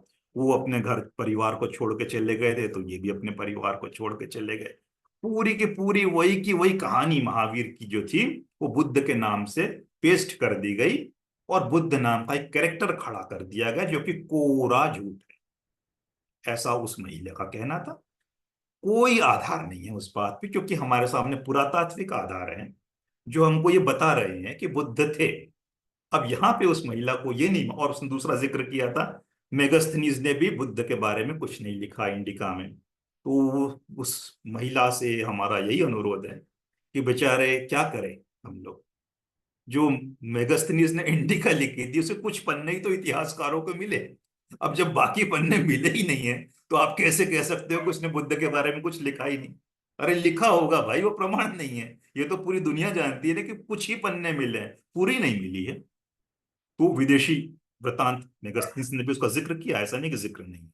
और सबसे व्यापक रूप से जो बुद्ध का इतिहास जानने में हमारी किसी ने मदद की है, तो वो चाइनीज यात्री जुएनजांग, जुएनजांग जिसको हम लोग भारतीय लोग ह्वेनसांग बोलते हैं। ह्वेनसांग उनका सही उच्चारण नहीं है, चाइनीज लोग उनको जुएनजांग बोलते हैं। और वो हम लोगों से अपील करते हैं कि भाई हमारे महान भिक्खु के नाम को आप बिगाड़िए मत, ये ह्वेनसांग बोलना बंद कीजिए, जुएनजांग। तो ठीक है, बिल्कुल अच्छी बात है, हमको भी इज्जत करना चाहिए इतने महान व्यक्ति की, तो हम जुएनजांग ही बोलेंगे। और जुएनजांग ही नहीं, जुएनजांग से पहले फाइयान आए थे, जिसको फाशियान कहते हैं चाइनीज लोग। और बाद में इत्सिंग आए थे, और इत्सिंग ही नहीं, इसके इनके अलावा भी 7-8 भिक्खु और आए थे। हर किसी ने भारत के बौद्ध इतिहास, भारत के इतिहास पर लिखा। इतिहास पर लिखेंगे तो बुद्ध तो अपने आप ही सामने आ जाएंगे। तो इनकी बहुत बड़ी भूमिका है। परेशानी ये हो गई, जुएनजांग जैसा महान भिक्खु बड़ा देर से पैदा हुआ, वो गुप्त काल में भारत में आया। थोड़ा पहले आ गए होते कोई, तो और अच्छे से हमको प्राचीन इतिहास भी मिलता। जुएनजांग जब भारत में आए तो एक तरफ बुद्धिज्म बहुत प्रगति भी कर रहा था, अच्छी खासी उन्नत अवस्था में था। वहीं दूसरी ओर वो बर्बादी भी हो रही थी उसकी कई जगह।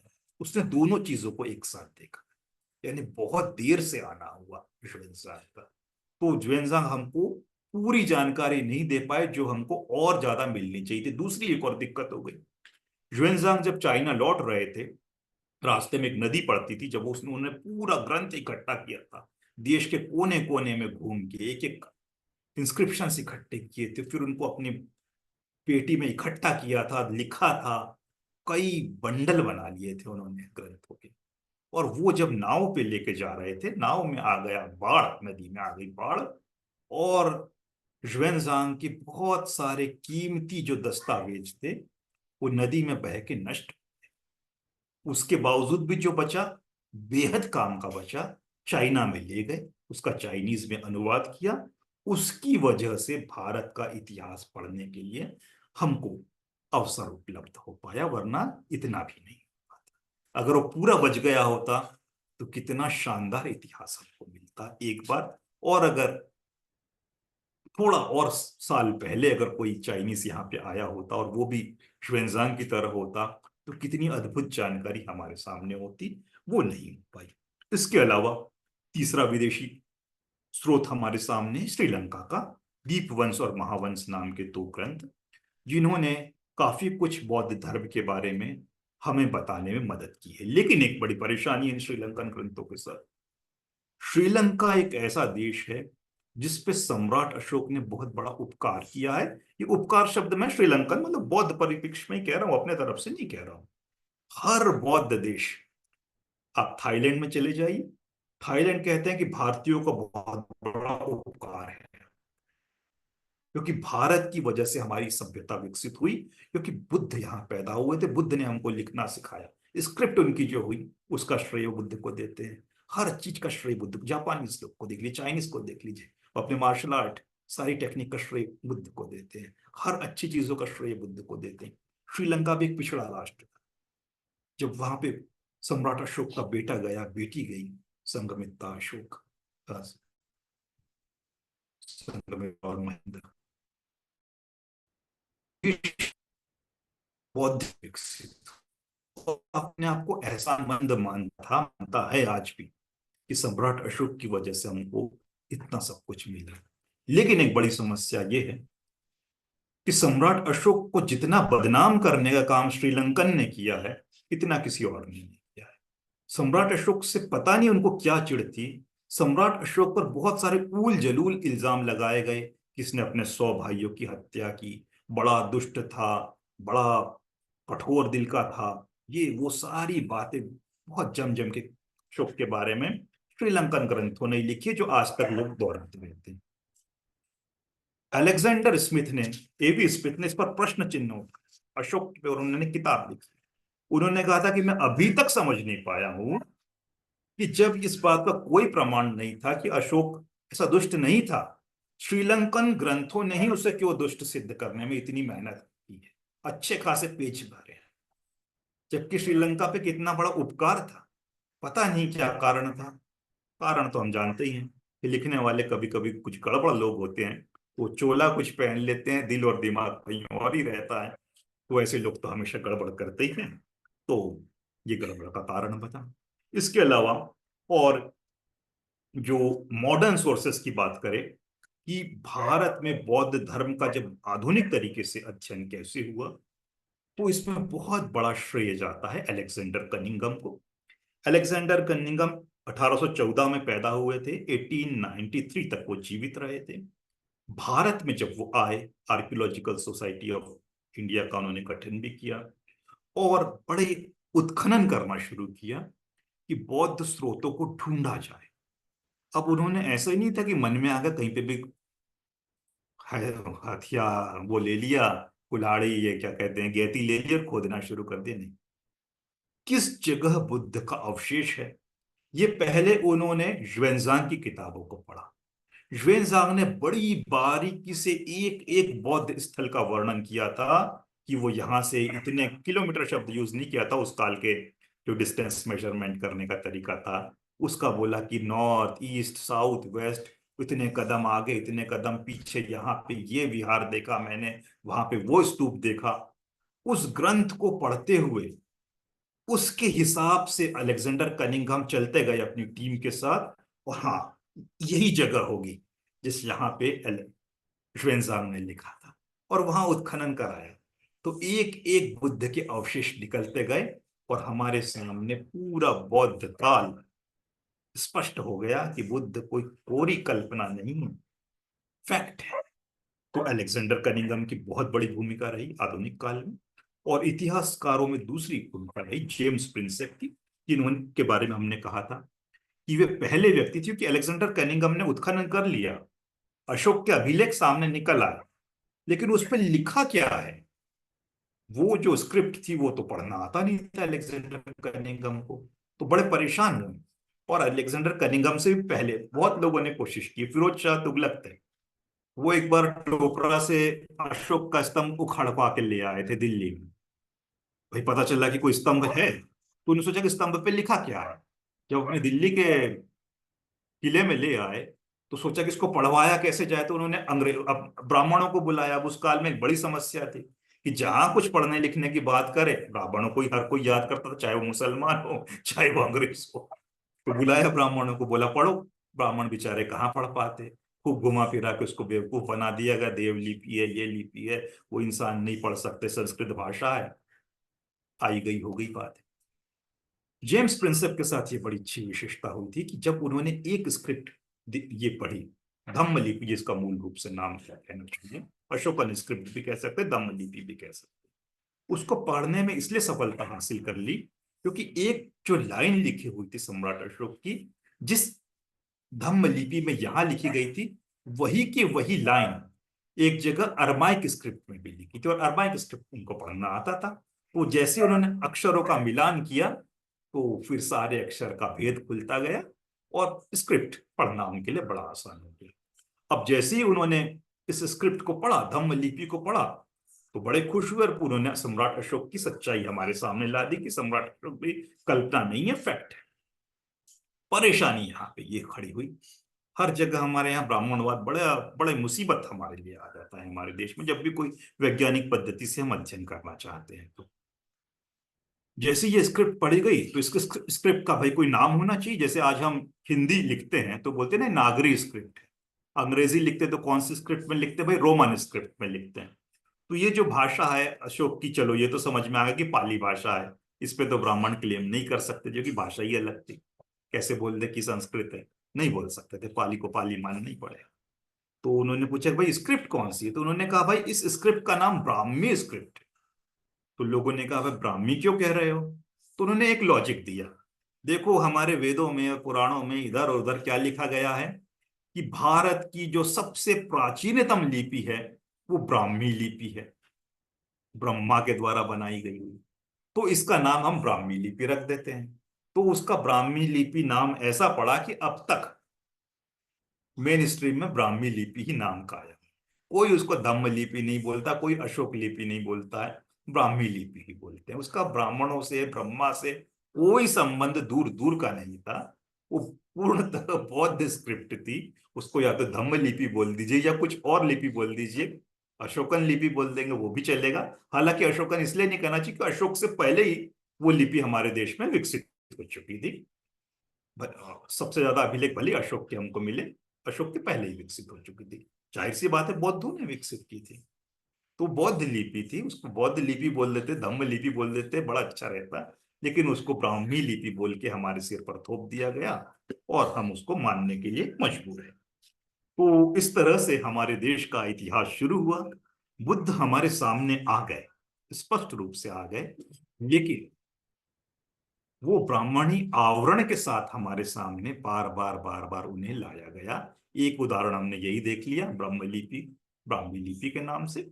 और दीपवंश महावंश में किस तरह से अशोक को बर्बाद बदनाम करने की कोशिश की, दूसरा हम वहां देखते हैं। तीसरा हम एक वो देखते हैं कि भाई बुद्ध थे, बड़ी अच्छी बात थे, लेकिन बुद्ध कोई बाहर के थोड़ी थे, वो तो विष्णु का अवतार थे। और हिंदू धर्म, बौद्ध धर्म एक ही है, दोनों भाई भाई हैं। उसका ये पंथ है बौद्ध धर्म। इस तरह से आवरणों के साथ बुद्ध को हमारे सामने रखा गया, और वो आवरण आज तक हमारे सामने कायम है। अब हमारा फर्ज बनता है कि उसका आवरण को हटा के वास्तविक बुद्ध, जो वास्तविक बुद्ध थे, हमारे सामने हम ला सके, वास्तविक अशोक को ला सके और वास्तविक बौद्ध इतिहास को ला सके। तो इसी के साथ यहाँ पे मैं अपना वक्तव्य समाप्त करूंगा। और चूंकि समय हो गया है, और आपको आमंत्रित करता हूं, आप अनम्यूट होकर अपने सवाल रख सकते हैं, अपने विचार भी रख सकते हैं, शंकाएं भी रख सकते हैं, और अपने मत भी रख सकते हैं। और अगर सहमत नहीं है तो असहमति भी दर्ज कर सकते हैं। हम सबके के लिए अच्छा ही होगा कि हम उस पर विचार करेंगे और कुछ अच्छा निकल के आएगा। विषय थोड़ा अब तक का से अलग रहा है, इसलिए निश्चित रूप से आपको शायद थोड़ा अलग भी लगा हो सकता है, लेकिन बेहद महत्व का है। इतिहास को हम हल्के में नहीं ले सकते हैं। तो आज हमने एक तरह से स्रोत और इतिहास क्या होता है इस पर चर्चा की। अगले हफ्ते से एक एक इतिहास के व्यक्ति अथवा काल पर हम बारीकी से चर्चा करते हुए धम्म क्रांति को पूरी तरह समझेंगे। धम्म क्रांति को जब भी जिसने पढ़ना चाहा, बड़ी एक हमारे सामने दिक्कत हो जाती है कि उसको हम बहुत पीछे जाके नहीं पढ़ते हैं। कुछ लोग बाबा साहब से शुरू कर देते हैं, कुछ लोग सम्राट अशोक से शुरू करते हैं। लेकिन सम्राट अशोक से करने की बजाय हमको बुद्ध से ही शुरू करना चाहिए, क्योंकि बहुत गहरी जड़ है, बड़े मील का पत्थर है ये व्यक्तित्व। तो इनके ऊपर हमको बहुत अच्छा ध्यान देना होगा, और धीरे धीरे करते हुए हम इस विषय पर एक एक बिंदु पर, एक एक व्यक्तित्व पर, एक एक काल पर आते जाएंगे।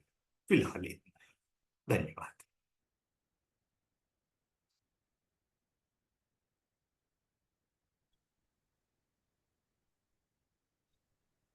हेलो। जी। जी पूछिए। जी। सर आपने अभी ये जो ब्राह्मी लिपि के बारे में बताया, ब्राह्मी लिपि, मैं जी। ये जानना चाह रही थी कि सिंधु घाटी सभ्यता के भी बहुत से अवशेष मिले हैं जिसमें भी एक खास लिपि का प्रयोग किया गया था।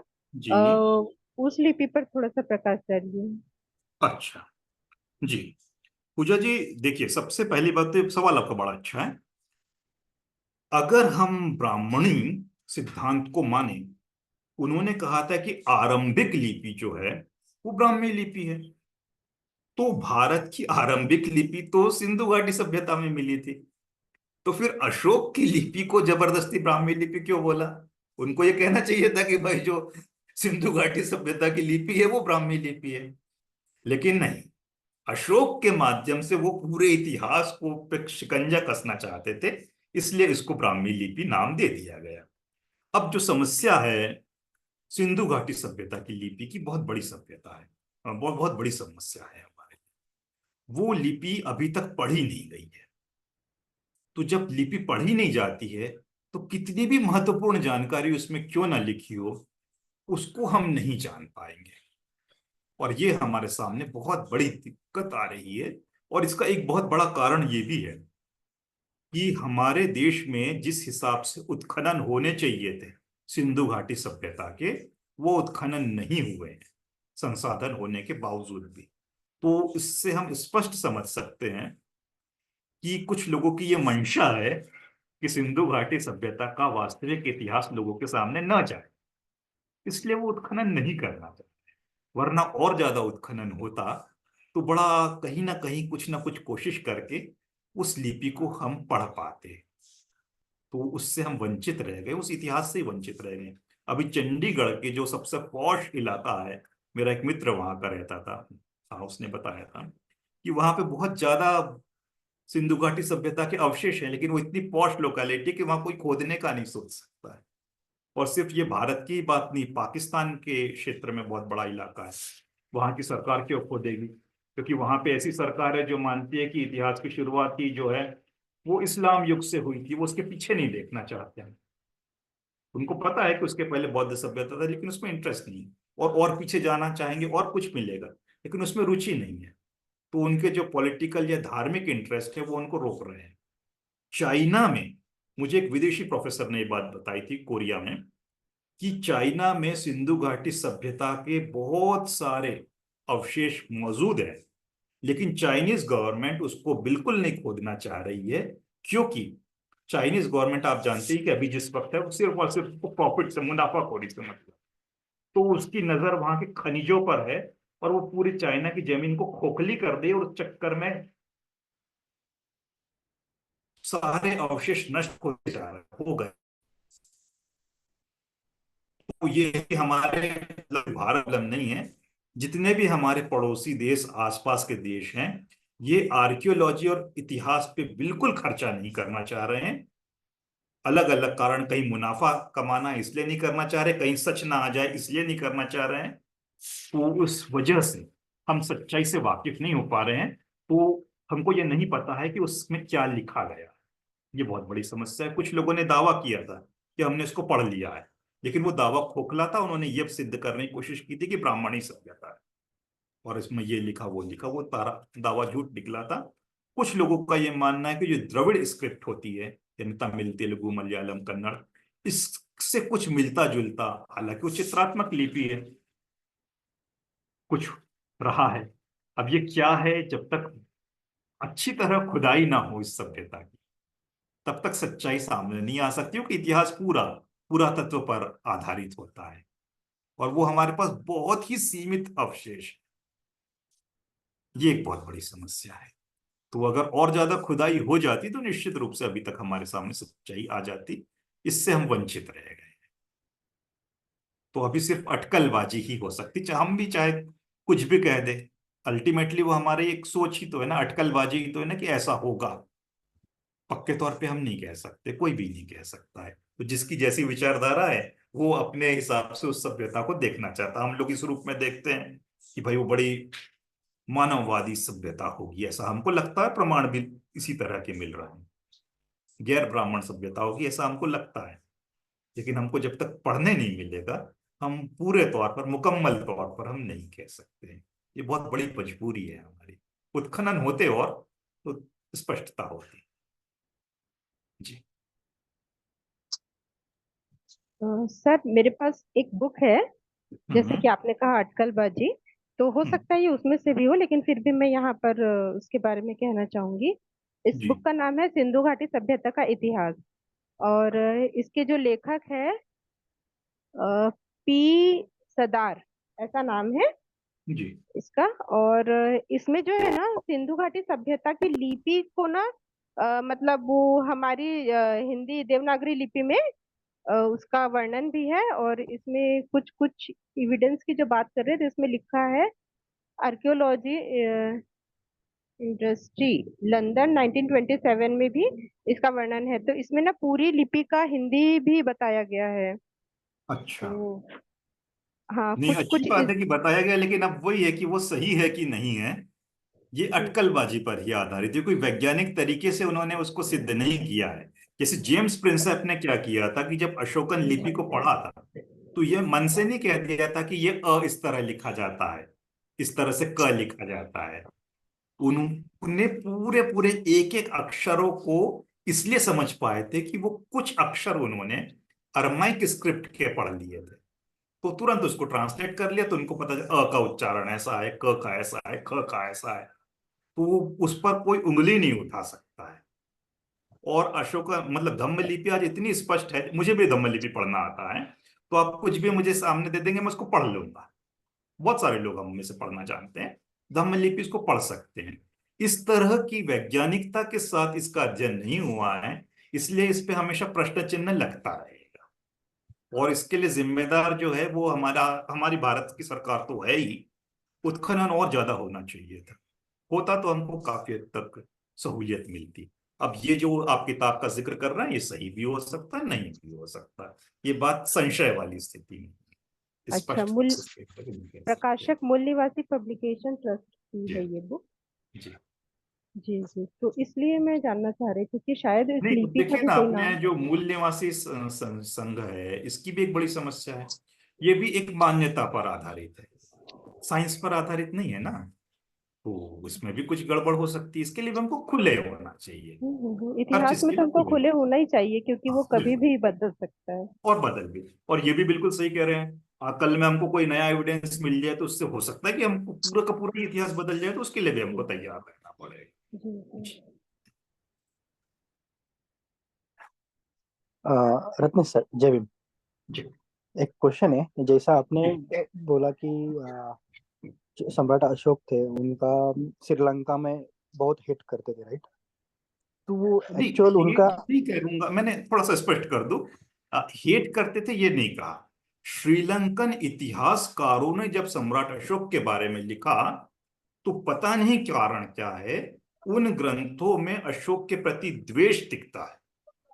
आम जनता ने, मुझे नहीं लगता कभी सम्राट अशोक से नफरत की होगी। आज भी श्रीलंकन लोग सम्राट अशोक की बहुत इज्जत करते हैं, ऐसा नहीं कि नफरत करते हैं। लिखने बस वालों ने गड़बड़ की है। जी मुझे मतलब क्यूरियोसिटी बहुत है, क्योंकि उनका इतना जी। बड़ा एम्पायर था, तो फिर वो लोग ऐसा क्यों सोचते थे? हाँ जी। अब इसके बारे में भी एक उत्तर जो दूंगा अटकलबाजी से भरा ही रहेगा वो, है ना, क्योंकि स्पष्टता हमको नहीं है। मेरे ख्याल से श्रीलंका में तो निश्चित रूप से सम्राट अशोक के काल में ही बौद्ध धर्म फैल गया था, वहां की आम जनता भी और राजा भी बौद्ध हो गए थे, और लंबे सदियों तक वो कायम रहा। लेकिन जब बौद्ध साहित्य को लिखा गया श्रीलंका में, आप तो ये जानते हैं कब लिखा गया, तीसरी शताब्दी में लिखा, 3rd सेंचुरी एडी, बीसी की बात नहीं कर रहा है ना। 300 साल बाद लिखा गया, और लिखने का काम किसने किया था? बुद्ध घोष ने किया। बुद्ध घोष कौन थे? बुद्ध घोष गुजरात के थे।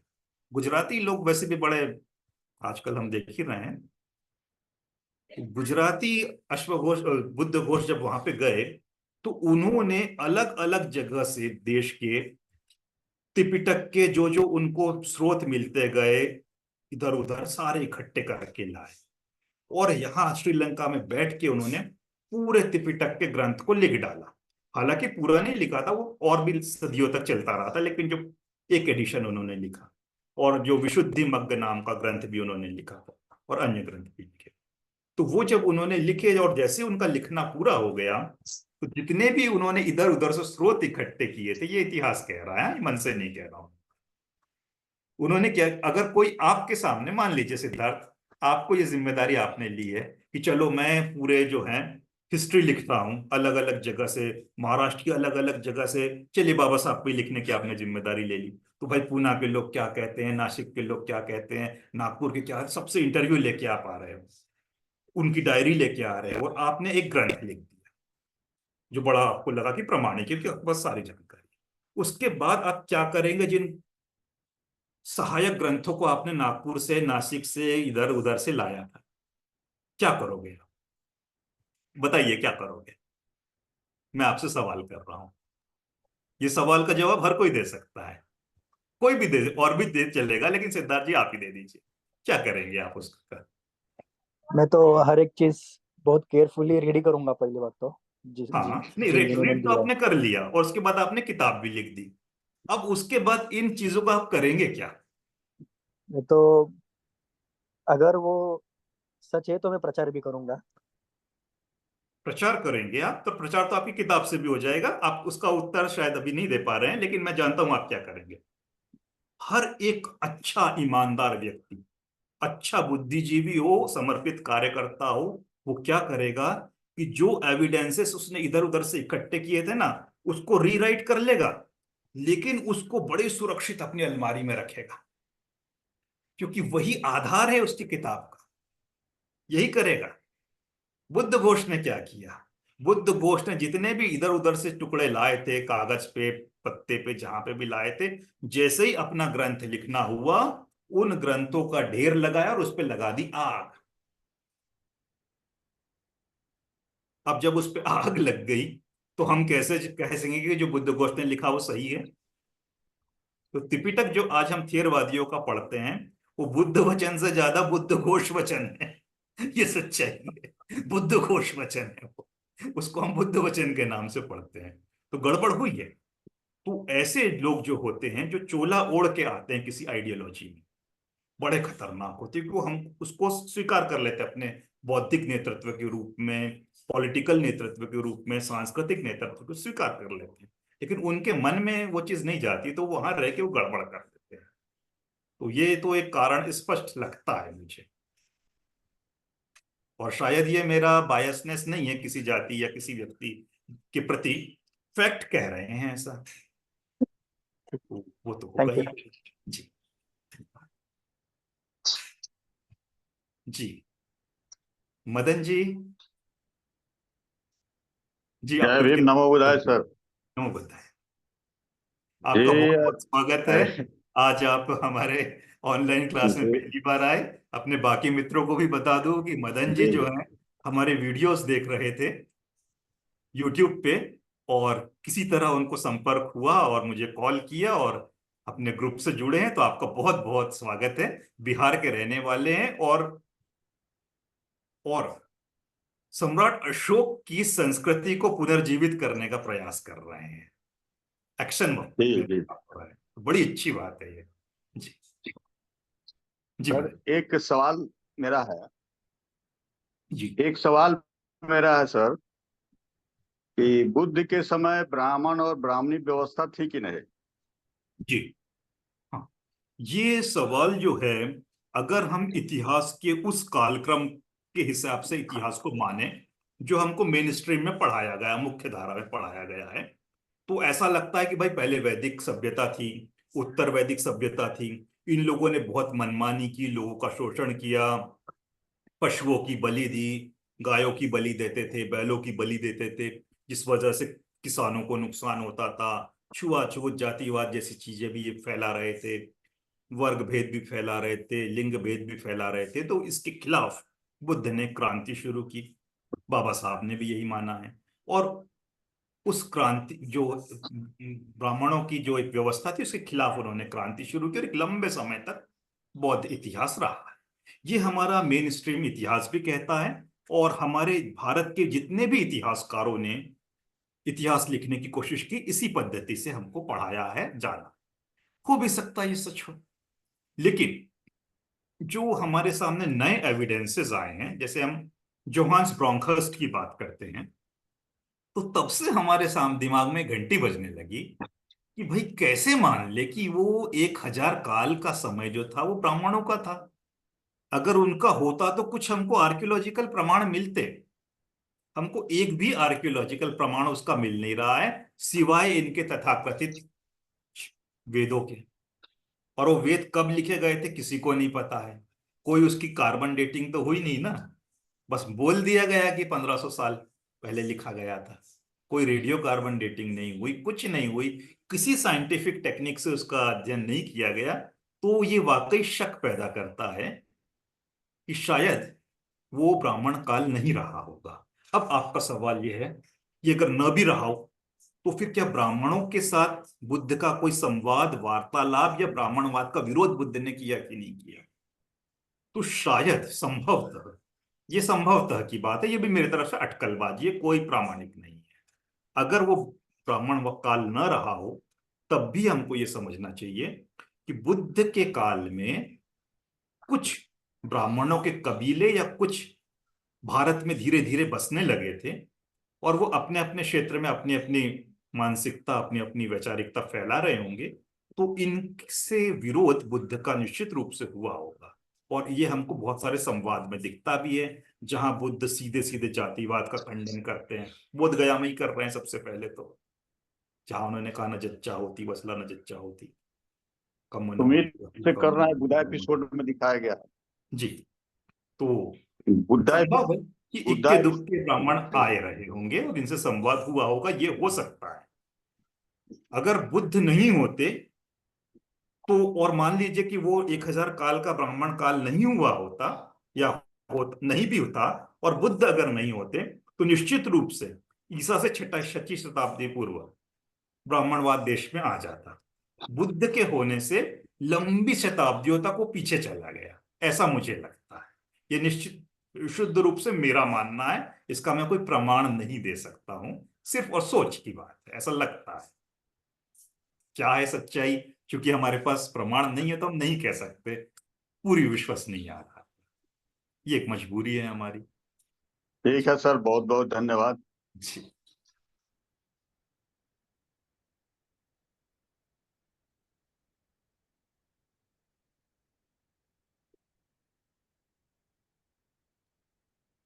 आज एक हाँ, इतिहासकारों की, मतलब भारत बौद्ध इतिहास की एक और बड़ी मजबूरी है कि जैसे हम कई लिटरेचर में बौद्ध राजाओं का नाम पाते हैं, लेकिन उनके बारे में डिटेल्स हमको नहीं पता है। तो उसका कारण भी बिल्कुल वही है जो सम्राट अशोक के साथ हुआ था, कि उनका नाम हमको पहले मिल गया था लेकिन डिटेल्स नहीं मिली थी। ऐसे ही कालाशोक नाम के एक राजा हुए थे, जिन्होंने दूसरी बौद्ध संगति का आयोजन कराया था, लेकिन कालाशोक के बारे में कोई नहीं जानता है, कौन थे क्या थे, कोई डिटेल्स नहीं है। पूरा पूरा नागवंश था हमारे यहाँ, अलग अलग राज्यों में, चाहे वो बिहार हो, झारखंड हो, महाराष्ट्र हो, नागवंशों का शासन रहा है। उनका बहुत सीमित इतिहास हमको पता है, मामूली सा पता है, ज्यादा नहीं पता है। तो ये बहुत सारी गड़बड़ है, हमको नहीं पता है काफी चीजें। तो असल में क्या था, इससे हम वाकई अनभिज्ञ हैं, काफी हद तक मोटी मोटी जानकारी हमको पता है, बेहद कम जानकारी। और समस्या ये हुई कि जब ये थियरवाद में मिलावट हुई और बाद में महायान आया, महायान में मिलावट हुई, तो ये मिलावट के ऊपर उंगली उठाने वाला कोई तबका मौजूद नहीं था, या रहा भी होगा और उसने आवाज भी उठाई होगी, तो उनकी आवाज हम तक नहीं पहुंच पाई। उन्होंने हो सकता ग्रंथ भी लिखे, हो सकता उन्होंने आंदोलन भी छेड़ा हो, तो वो हम तक नहीं पहुंच पाया, अभी की जनरेशन तक वो कनेक्शन कटा हुआ है। वो एक बड़ी समस्या है।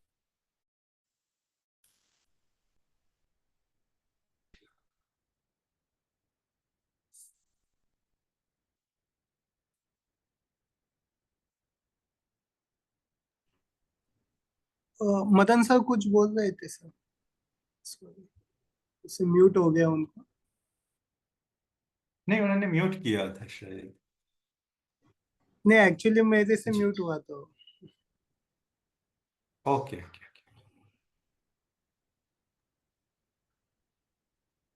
कवरेज शायद उनका चला गया है, इसलिए वो थोड़ा अच्छा, शायद कनेक्शन। फ्रीज हो गए। हाँ। ओके ओके, कोई और अपने ग्रुप में सर, जानकारी? मेरा एक सवाल है कि आपने जैसे बताया कि सिंधु घाटी सभ्यता में, और वो पढ़ा भी है, मोहनजोदारो था, हड़प्पा संस्कृति थी, तो वहाँ पे एक सिस्टम हुआ करता था, यानी कि अगर सर नगर की रचना भी की गई है वहाँ पे, तो एक सिस्टम था वहाँ पर, जी। और लोग है ना, तो किसी प्रकार की गंदगी भी नहीं थी। तो ये सिस्टम कहाँ से ब्रेक होना शुरू हो गया था? यानी ये कि अभी देखते तो इसके कोई। हाँ। इसके बारे में बहुत अलग अलग मत लोगों के आते हैं। एक जो पॉपुलर मत है, जो सबसे पहले हमारे इतिहासकारों ने लाया, खास करके अंग्रेजी इतिहासकारों ने, तो उन्होंने ये कहा कि आर्यों ने हमला किया और इस सभ्यता को नष्ट कर दिया। तो ये बड़ा पॉपुलर मत रहा, ये ना सिर्फ अंग्रेजों का फिर मत रहा, इसी मत को ज्योतिबा फुले ने भी अपनाया, पेरियार ने भी अपनाया, और जो पूरा जो आजकल का जो वामसे में चल रहा, इस चीज पर आधारित है कि आर्यों ने इस पर हमला किया हो। एक ये मान्यता है। दूसरी ये इसका भी कोई बहुत ज्यादा प्रमाण नहीं है, मान्यता ही है। हाँ, कुछ अवशेष मिले कि भाई कुछ लोगों के गले पे तलवार के निशान थे, ऐसे वैसे कुछ मुर्दे या कुछ शरीर मिले हैं, बहुत ज्यादा नहीं मिले। दूसरी एक मान्यता थी कि हो सकता है कि भूकंप आ गया हो या कुछ प्राकृतिक ऐसी घटना हुई हो जिसकी वजह से सभ्यता नष्ट हुई हो, तो ये भी एक मान्यता है। ऐसी बहुत सारी अलग अलग अलग मान्यता है। अब ये चूंकि मान्यता है सारी, इसलिए पक्के तौर पर कुछ नहीं कहा जा सकता है। बाबा साहब ने इस चीज का बिल्कुल विरोध किया था कि आर्य बाहर से आए हैं, बस ये हमको समझना चाहिए। ये इस जगह इसका उल्लेख करना ज्यादा जरूरी नहीं कि उन्होंने क्यों किया था, बड़ा उसका एक कारण रहा था। कारण यह था, हल्का सा बता ही देते हैं, कि जैसे ही अंग्रेजों ने इस सिद्धांत का प्रचार शुरू किया कि अंग्रेज आर्य बाहर से आए थे, इसका सबसे ज्यादा फायदा किसी ने उठाया है भारत में, तो ब्राह्मणों ने उठाया इस मान्यता का। उन्होंने अंग्रेजों को यह बताने में कामयाबी हासिल कर ली कि भाई आर्य बाहर से आए थे, तो हम भी ब्राह्मण हैं तो बाहर से ही आए हैं। और अंग्रेजों को कहा आप भी बाहर से आए हो, तो भाई आप और मैं भाई भाई, तो अंग्रेज और ब्राह्मण भाई भाई बन गए।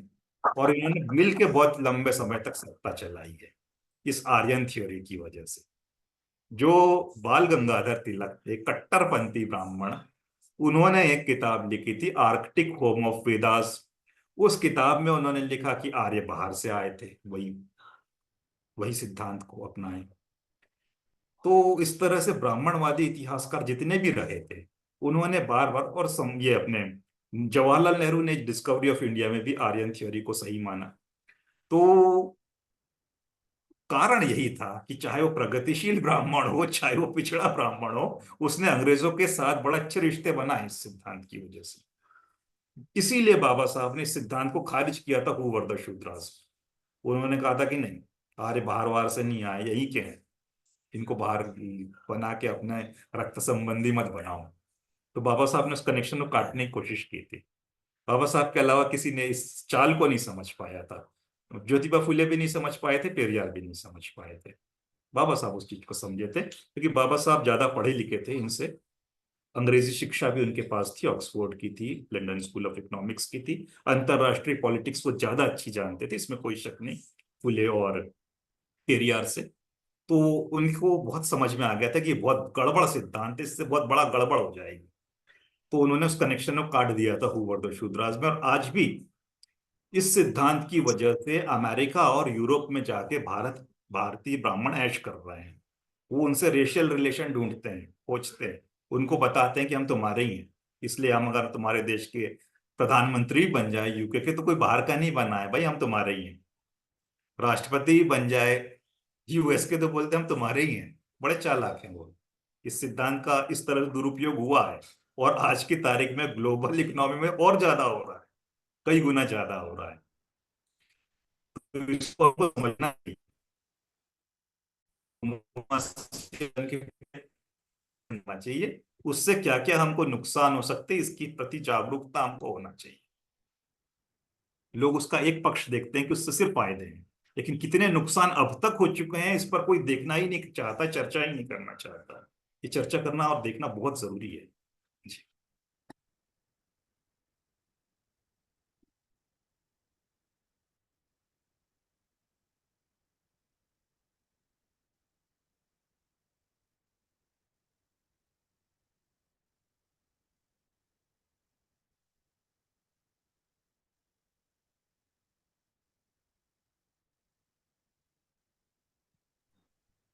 जी, और कोई मित्र कुछ कहना चाहे, या सत्र समाप्त किया जाए? सर एक और सवाल जी। पूछना चाहता हूँ आपसे कि जो आर्कोलॉजिकल एविडेंसेस है, जी। तो वो भी कुछ हद तक गलत हो सकते हैं ना, क्योंकि अ, जैसे कि बौद्ध संस्कृति को नष्ट किया जा रहा था, जी। तो हो सकता है कि जो बौद्ध स्थल थे उनके ऊपर ही यानी दूसरे आर्कोलॉजिकल एविडेंसेस निर्माण किए किए गए होंगे। बिल्कुल नहीं, यदि इसमें बड़ी स्पष्टता होती है। पहली चीज तो यह कि आर्कियोलॉजिकल एविडेंस अपने आप में वो बोलता नहीं है ना। जैसे मान लीजिए कि हमको एक स्तूप मिल गया, तो स्तूप ये नहीं बोलेगा कि मैं बुद्ध का स्तूप हूं, स्तूप एक स्ट्रक्चर दिखेगा। अब ये जो होता है इतिहासकार और आर्कियोलॉजिस्ट, उसके ऊपर निर्भर करता है कि वो ईमानदारी से लोगों को बता दे कि बुद्ध का स्तूप है, अथवा लोगों को ये बोले कि शिवलिंग है। तो विश्लेषणकर्ता बहुत बड़ी गड़बड़ करते हैं, और इसमें बहुत सारी गड़बड़ हुई है। अभी जैसे आप, मैं जबलपुर के वहां गया था एक म्यूजियम में, वहां जो भी मूर्ति निकली है सेक्युलर मूर्तियां, तो किसी पे लिख दिया लक्ष्मी, किसी पे लिख दिया सरस्वती। अरे बिना मतलब के आप उन पे देवी देवताओं के नाम लिख रहे हो। वो मूर्ति है, सिर्फ मूर्ति है। तो ऐसी गड़बड़ होती है। तो आर्कियोलॉजिकल एविडेंस कभी गलत नहीं होते हैं, उसका विश्लेषण गलत हो जाता है। और जो आप कह रहे हैं कि उसको आर्कियोलॉजिकल, देखिए असल में हमको बहुत स्पष्टता देता है। हमको वो दिखता है कि कोई बौद्ध स्तूप को तोड़ा गया है, तो साफ समझ में आता है कि भाई बौद्धों से नफरत थी कुछ लोगों को। तो आर्कियोलॉजिकल एविडेंस अपने आप में बहुत अच्छे होते हैं, लेकिन अगर विश्लेषण करता गलत मानसिकता का हो तो वो कुछ भी गलत कर सकता है। जैसे एक और उदाहरण देंगे, विदिशा जो है मध्य प्रदेश का, वहां पे एक स्तंभ है, गरुड़ स्तंभ उसको बोलते हैं, एक हेलियाडोरस का स्तंभ। हेलियाडोरस एक यूनानी राजदूत था, उसने बनाया था। उस पे भगवत शब्द आया है, तो बोल दिया भगवत शब्द आया मतलब ये विष्णु का स्तंभ है। जबकि भगवत वो शुद्ध रूप से बुद्ध के लिए प्रयोग हम लोग करते हैं, नमो तस्स भगवतो वरहतो सम्मा सम्बुद्धस्स। तो भगवत का अर्थ वहां बुद्ध के लिए था, लेकिन विश्लेषणकर्ताओं ने उसको दे दिया विष्णु को, तो बिना मतलब के वो विष्णु के लिए चला गया। तो गड़बड़ जो है वो सारे विश्लेषक करते हैं, एविडेंस अपने आप में नहीं करता। तो उसमें हम लोगों की भूमिका होती है कि जैसे हम कोई गलत विश्लेषण देखें, हमको उठाना चाहिए उंगली कि नहीं भाई ये विश्लेषण गलत है, सही विश्लेषण ये है। तो अगर सही आवाज उठती रहेगी तो गलत चीजें दबेगी, वरना गलत के खिलाफ हमने बोला नहीं तो गलत चीज हम पर हावी होती जाएगी। जैसे शिवलिंग है, शिवलिंग कुछ नहीं होता है, ये सिर्फ और सिर्फ बुद्ध स्तूप थे। छोटे स्तूप भी होते हैं जिसको मनौती स्तूप कहा जाता है, बड़े स्तूप भी होते हैं। छोटे स्तूप को उन्होंने कह दिया कि लिंग है शिव का, और लोग इस तरह से उसकी पूजा करने लग गए। बड़ा गलत है ये। पचमढ़ी में आप जाएंगे मध्य प्रदेश के, मैं तो खुद नहीं गया हूं, मेरे भैया गए हैं, देखा है। वहां पे आर्कियोलॉजिकल सर्वे ऑफ इंडिया ने लिखा है कि ये बौद्ध अवशेष है, साफ लिख रहा, लेकिन एक लाइन लिख रहा कि बौद्ध अवशेष है, और उसके बाद इतना लंबा एक्सप्लेनेशन दे रहा। लेकिन मान्यता ये है कि पांडव वानप्रस्थ आश्रम के दौरान इस जगह पे रह के रुके थे।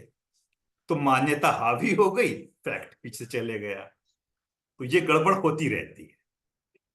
अब इस गड़बड़ के खिलाफ हमको लगातार आवाज उठाना होगा, बार बार लिखे, अलग अलग लिखे। जैसे आपने कोणार्क का उल्लेख किया था जयदीप खुद एक बार, कि आप उड़ीसा में गए थे, वहां आपको बुद्धिस्ट सिंबल दिख रहे थे, लेकिन उसको लोग नहीं मान रहे हैं कि बुद्धिस्ट है। तो जैसे एक बार आपने आवाज उठाई, इसे बार बार उठाएंगे, अलग अलग मंचों पे उठाएंगे, तो हमारी बात मानी जाएगी, वरना तो गलत तो बड़े जल्दी से स्थापित हो ही जाता है, हो ही चुका है। मुश्किल बहुत है, लेकिन कोशिश करते रहना चाहिए। जागरूकता अगर अधिक से अधिक लोगों में आ गई तो ये गड़बड़ जो है वो धीरे धीरे खत्म होगी, बिल्कुल होगी। क्योंकि जैसे शिवलिंग की बात है, विश्व के कई समुदाय लिंग पूजा करते हैं, लेकिन उसका आकार अलग होता है। ये सिर्फ और सिर्फ शुद्ध रूप से स्तूप है। तो बुद्ध का मजाक बनाने के लिए, गाली देने के लिए उसको जबरदस्ती ये नाम दिया गया है। ये हमको समझना चाहिए। बुद्ध से बहुत नफरत है इस देश के लोगों को। हमने ये तक के देखा, ऐसे कई इलाके हैं कि जहां पे बुद्ध की मूर्ति पे लोग पत्थर फेंकते हैं। आप महाराष्ट्र के कार्ले में ही देख लीजिए, वो जो स्तूप है उस पे लोग दूर से नारियल फेंक फेंक के तोड़ते हैं ताकि वो कमजोर हो, नष्ट। तो लोगों ने क्या क्या नहीं हरकतें की है, वो बहुत ज्यादा की है, हद से ज्यादा नफरत है। और जैसे बाबा साहब के शब्दों में कहे तो भारत का इतिहास इसके अलावा कुछ नहीं है, ब्राह्मणवाद और बौद्धों के संघर्ष के सिवा कुछ नहीं। तो संघर्ष आज भी चल रहा है, उस समय भी था। संघर्ष में अगर हम जीत जाए बड़ी अच्छी बात है, और हार गए तो फिर तो और ज्यादा बर्बाद होना ही है। सर एक एविडेंस हमारे यहाँ भी है। जी हेलो। जी जी जी। हमारे यहाँ जो छठ पूजा होती है, जी नदी किनारे या पौंड से किनारे छोटे छोटे स्तूप बनाए जाते हैं, जी और उसको श्री श्री सोप्ता यहाँ लोग कहता है अपभ्रंश शब्द में। जी श्री सोप्ता वह स्तूप का अपभ्रंश शब्द हमको मालूम पड़ता है। अच्छा जी और उसी स्तूप के अगल चारों तरफ से बैठ के लोग बैठते हैं, गीत गाते हैं और सूर्य को शाम को और सवेरे अर्घ देते हैं। जी तो ये भी एक खोज का विषय है कि ऐसा सदियों से होता आ रहा है। स्तूप व श्री सोप्ता क्यों बनाया जाता है वहां पर? जी बिल्कुल यह बिहार के कुछ भागों में, जी जैसे आपको पूर्वी उत्तर प्रदेश और बिहार के मैंने पश्चिमी भाग में ऐसा होता है। जी जी तो इस पर भी थोड़ी मैंने इस पर भी खोज करने का विषय है, बिल्कुल जानकारी बिल्कुल लेने का खोज विषय तो है। करना चाहिए। हर एक प्रांत की जो अपनी संस्कृतियां है, हर जगह हमको कहीं ना कहीं बुद्ध के अवशेष दिखते हैं, मतलब बुद्ध संस्कृति दिखती है। उसके ऊपर रंग जी जी। चढ़ा दिया गया है ब्राह्मणवाद का, तो वो धीरे धीरे हमको कोशिश करना चाहिए हटाने की। लेकिन ब्राह्मण उसमें पूजा नहीं कराते हैं। हाँ बिल्कुल नहीं कराते, छठ लेकिन पूजा में हाँ, जी जी जी ब्राह्मण का कोई रोल नहीं है। बड़ी अच्छी बात है जी। लोग अपने से सभी फल या मिठाई या जो भी हो, जो सीजनल फल है, उसको ले जाके सूर्य को अर्पण करते हैं शाम जी को और सवेरे। जी तो इसमें क्या रहस्य है, क्या हो सकता है, इस पर कुछ कहा जा सकता है कि इस पर इस कुछ पे बातचीत किया बिल्कुल, जा क्योंकि आप सकता है? उसी क्षेत्र के हैं तो आपको और ज्यादा अगर कोशिश करेंगे तो और ज्यादा हमको कुछ जानकारी मिल सकती है। कोशिश करते रहना चाहिए अलग अलग तरीके से, उसको अलग अलग एंगल से देखने की, तो निश्चित रूप से मिलेगा। जी। बिल्कुल हमारे यहाँ तो बहुत ऐसे स्तूप भी हैं, बहुत ऐसे भिंड जिसको मिट्टी से भर के बंद कर दिया गया, जी और जहाँ पर बिहार होते थे उसको दूसरा नाम दे दिया, ऐसे चल रहा है। जी और जो वहां पर जो लिखा हुआ चीज था, शिलापट था, सबको खत्म कर दिया। जी तो फिर भी हम लोग इसका प्रयास करते हैं कि भाई यहाँ क्या है, कैसे था, उस पर थोड़ा बिल्कुल नजर लगाते हैं। जी हाँ लेकिन उस समय के लोग नहीं है, चाहे कोई एविडेंस नहीं मिलता है जिससे आदमी कहे कि हाँ नहीं ये बुद्ध के समय का है, चाहे अशोक के समय का है। ईंट मिलता है, थोड़ा पतला पतला छोटा छोटा ईंट जी मिलता है। जी तो ऐसी ऐसी बहुत सारे जगह हैं यहाँ पर बिल्कुल सर, बिल्कुल बिल्कुल जिस पर मैंने जैसे भाषा आर्कियोलॉजिकल कोई आवे, आर्कियोलॉजिस्ट कोई आवे, तो उस पर हो सकता है कि भाई कुछ नया नया चीज निकल सकता जी है। हाँ। लेकिन एक जो कमजोरी हम लोगों की है, हम बुद्धिस्ट लोगों की है, देखिए आर्कियोलॉजिस्ट अगर ये सिद्ध भी कर दे कि ये बुद्ध काल का है, बुद्ध बौद्ध अवशेष है, तो इससे भी काम नहीं होता है। जैसे पचमढ़ी में सिद्ध कर दिया है, क्लेम कर दिया है कि है, क्या फर्क पड़ गया? कुछ नहीं पड़ा। क्योंकि जब लोकल जनता या बाहर की जनता, आम जनता जो है, वो उस सच को स्वीकार नहीं करे, तो वो सिर्फ लिखा हुआ एक बस बन जाएगा। तो हम लोग जो हैं बहुत ज्यादा दूर हो चुके हैं अपने अवशेषों से, अपने सारे स्थलों से। तो वो हमको एक वापस कनेक्शन, एक रिश्ता जोड़ना पड़ेगा। दावा भी तो करना पड़ेगा ना कि ये हमारा है, सिर्फ बोलने से काम नहीं चलेगा। जी जी। वो उसमें हम लोग काफी कमजोर, हम सभी लोग, और हर प्रांत के, एक प्रांत की बात नहीं, सभी जगह के लोग बहुत कमजोर। वो हो जाएगा जिस दिन हमें वो चीज आ जाएगी, तो हम लोग वाकई जीतेंगे। जी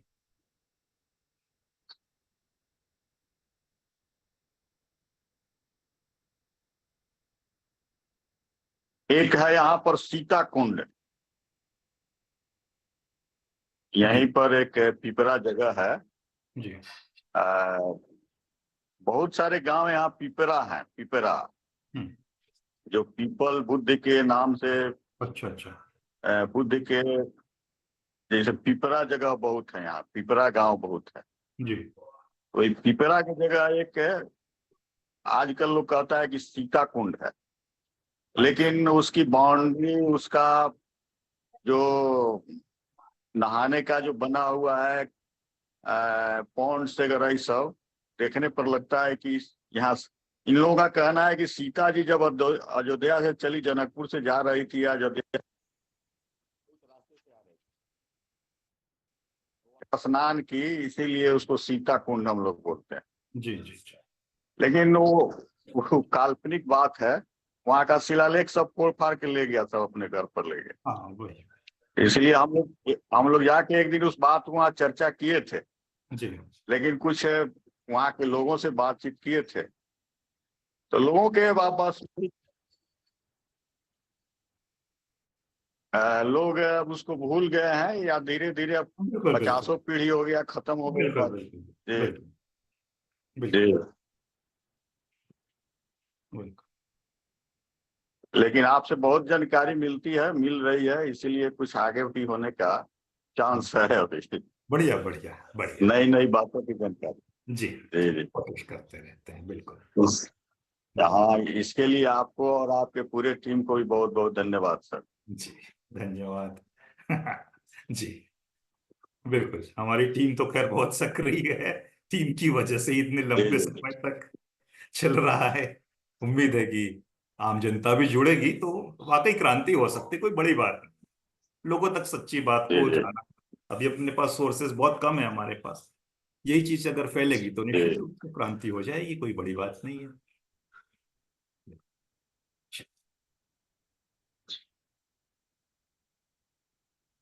इस समय रोज हर हर रविवार को रात में होगा कि दिन में होगा, ये थोड़ा नहीं, ये बताइएगा। ये हमारा टाइम यही रहता है, और व्हाट्सएप में हमेशा इसकी जानकारी देते रहते हैं व्हाट्सएप ग्रुप, तो इस जी लिंक जी क्लिक जी। करके सभी सदस्य जुड़ सकते हैं।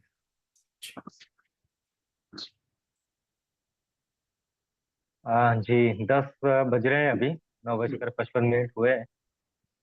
तो रुकना चाहिए या बिल्कुल। आगे बढ़ाना चाहिए? चलिए, अगले हफ्ते के लिए भी कुछ छोड़ना चाहिए, और चिंतन मनन करते रहिए, और अपनी शेयरिंग भी हाँ करते रहिए। कोई सवाल हुए तो उसको शेयर भी कीजिए, कोई नई जानकारी हो उसको भी शेयर कीजिए, तो हम सबको लेते हुए बिल्कुल अगले एपिसोड में से भी जोड़ने की कोशिश करेंगे। जी जी। जी धन्यवाद रत्नेश सर। धन्यवाद। तो आज के लिए फिर यहीं पर रुकते हैं। और पता है मुझे कि म्यूट हो गए हैं शेयर जयदीप। करना होगा। हाँ, आप लोगों के मन में बहुत सारे सवाल होंगे, बहुत कुछ ऐसा होगा कि जो आपको शेयर करना चाहते होंगे, तो लेकिन समय के अभाव की वजह से सब कुछ करना वो पॉसिबल नहीं होता है एक ही क्लास में। तो आप लोग, ग्रुप खुला है, ग्रुप में आप लोग शेयर कर सकते हैं, बोल सकते हैं, सवाल पूछ सकते हैं। तो मैं कहूँगा आपसे कि आप वहाँ पर जो भी आप बोलना चाहते हैं वहाँ पर शेयर कर सकते हैं, आप शेयर करें वहाँ पर। तो अभी रुकना चाहेंगे, तो मैं नवदीप से गुजारिश करता हूँ कि वो आज के सेशन का वोट ऑफ थैंक्स करेंगे। जी धन्यवाद जयदीप भाई। मेरी आवाज आ रही ना? जी जी आज के इस ऑनलाइन स्टडी में उपस्थित सभी नवयानी मेंबर्स, मित्रगण, सभी आभार, धन्यवाद। रत्नेश का हम बहुत धन्यवाद साधुवाद करते हैं। उन्होंने बहुत पहले के पीछे जाके हमें वैज्ञानिक तरीके से आज की क्लास समझाने की कोशिश की है। जयदीप भाई का धन्यवाद, आज की इस मीटिंग का सूत्र संचालक उन्होंने किया हुआ है। योगेश भाई का हम धन्यवाद करते हैं, धम्म वंदना उन्होंने लीड की है। और अभी पूजा जी जो है वो धम्म पालन गाथा करने वाली है, तो एडवांस में उनको भी हम धन्यवाद करते हैं। और लास्ट में आप सभी का धन्यवाद मदन प्रसाद जी से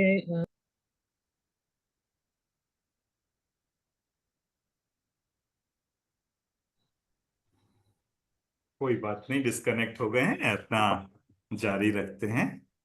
जी जी। धर्म पालन का। मैं पूजा से गुजारिश करता हूँ कि वो धम्मपालन गाथा के साथ में आज के सेशन का हम लोग समारोह करेंगे। Thank you Jaideep. क्या मेरी आवाज आ रही है आप सभी को? जी। जी। तो धम्म पालन गाथा के लिए आप सभी अपनी जगह पर थोड़ा स्थिर हो जाइए। धम्म पालन गाथा। सब पाप अकरणं कुशलस्य उपसम्पदा सचेत परियोदपनम् एतं बुद्धान साधनम् धम्मं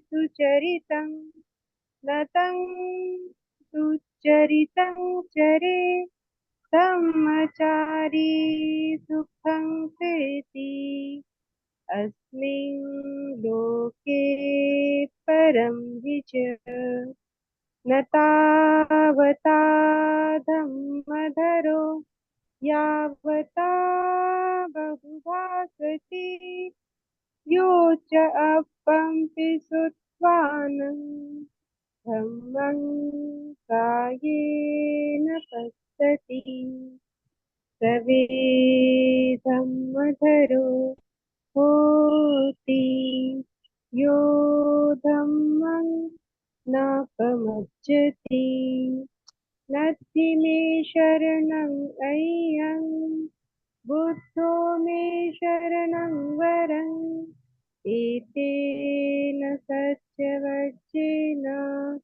होतु मे जयमङ्गलम् नत्थि मे शरणं अय्यं धम्मो मे शरणं वरं एतेन सत्यवचेन होतु मे जयमङ्गलम् नत्थि मे शरणं अय्यं सङ्घो मे शरणं वरं एतेन सत्यवचेन होतु मे जयमङ्गलम् नमो बुद्धाय नमो धम्माय नमो संघाय साधु साधु साधु।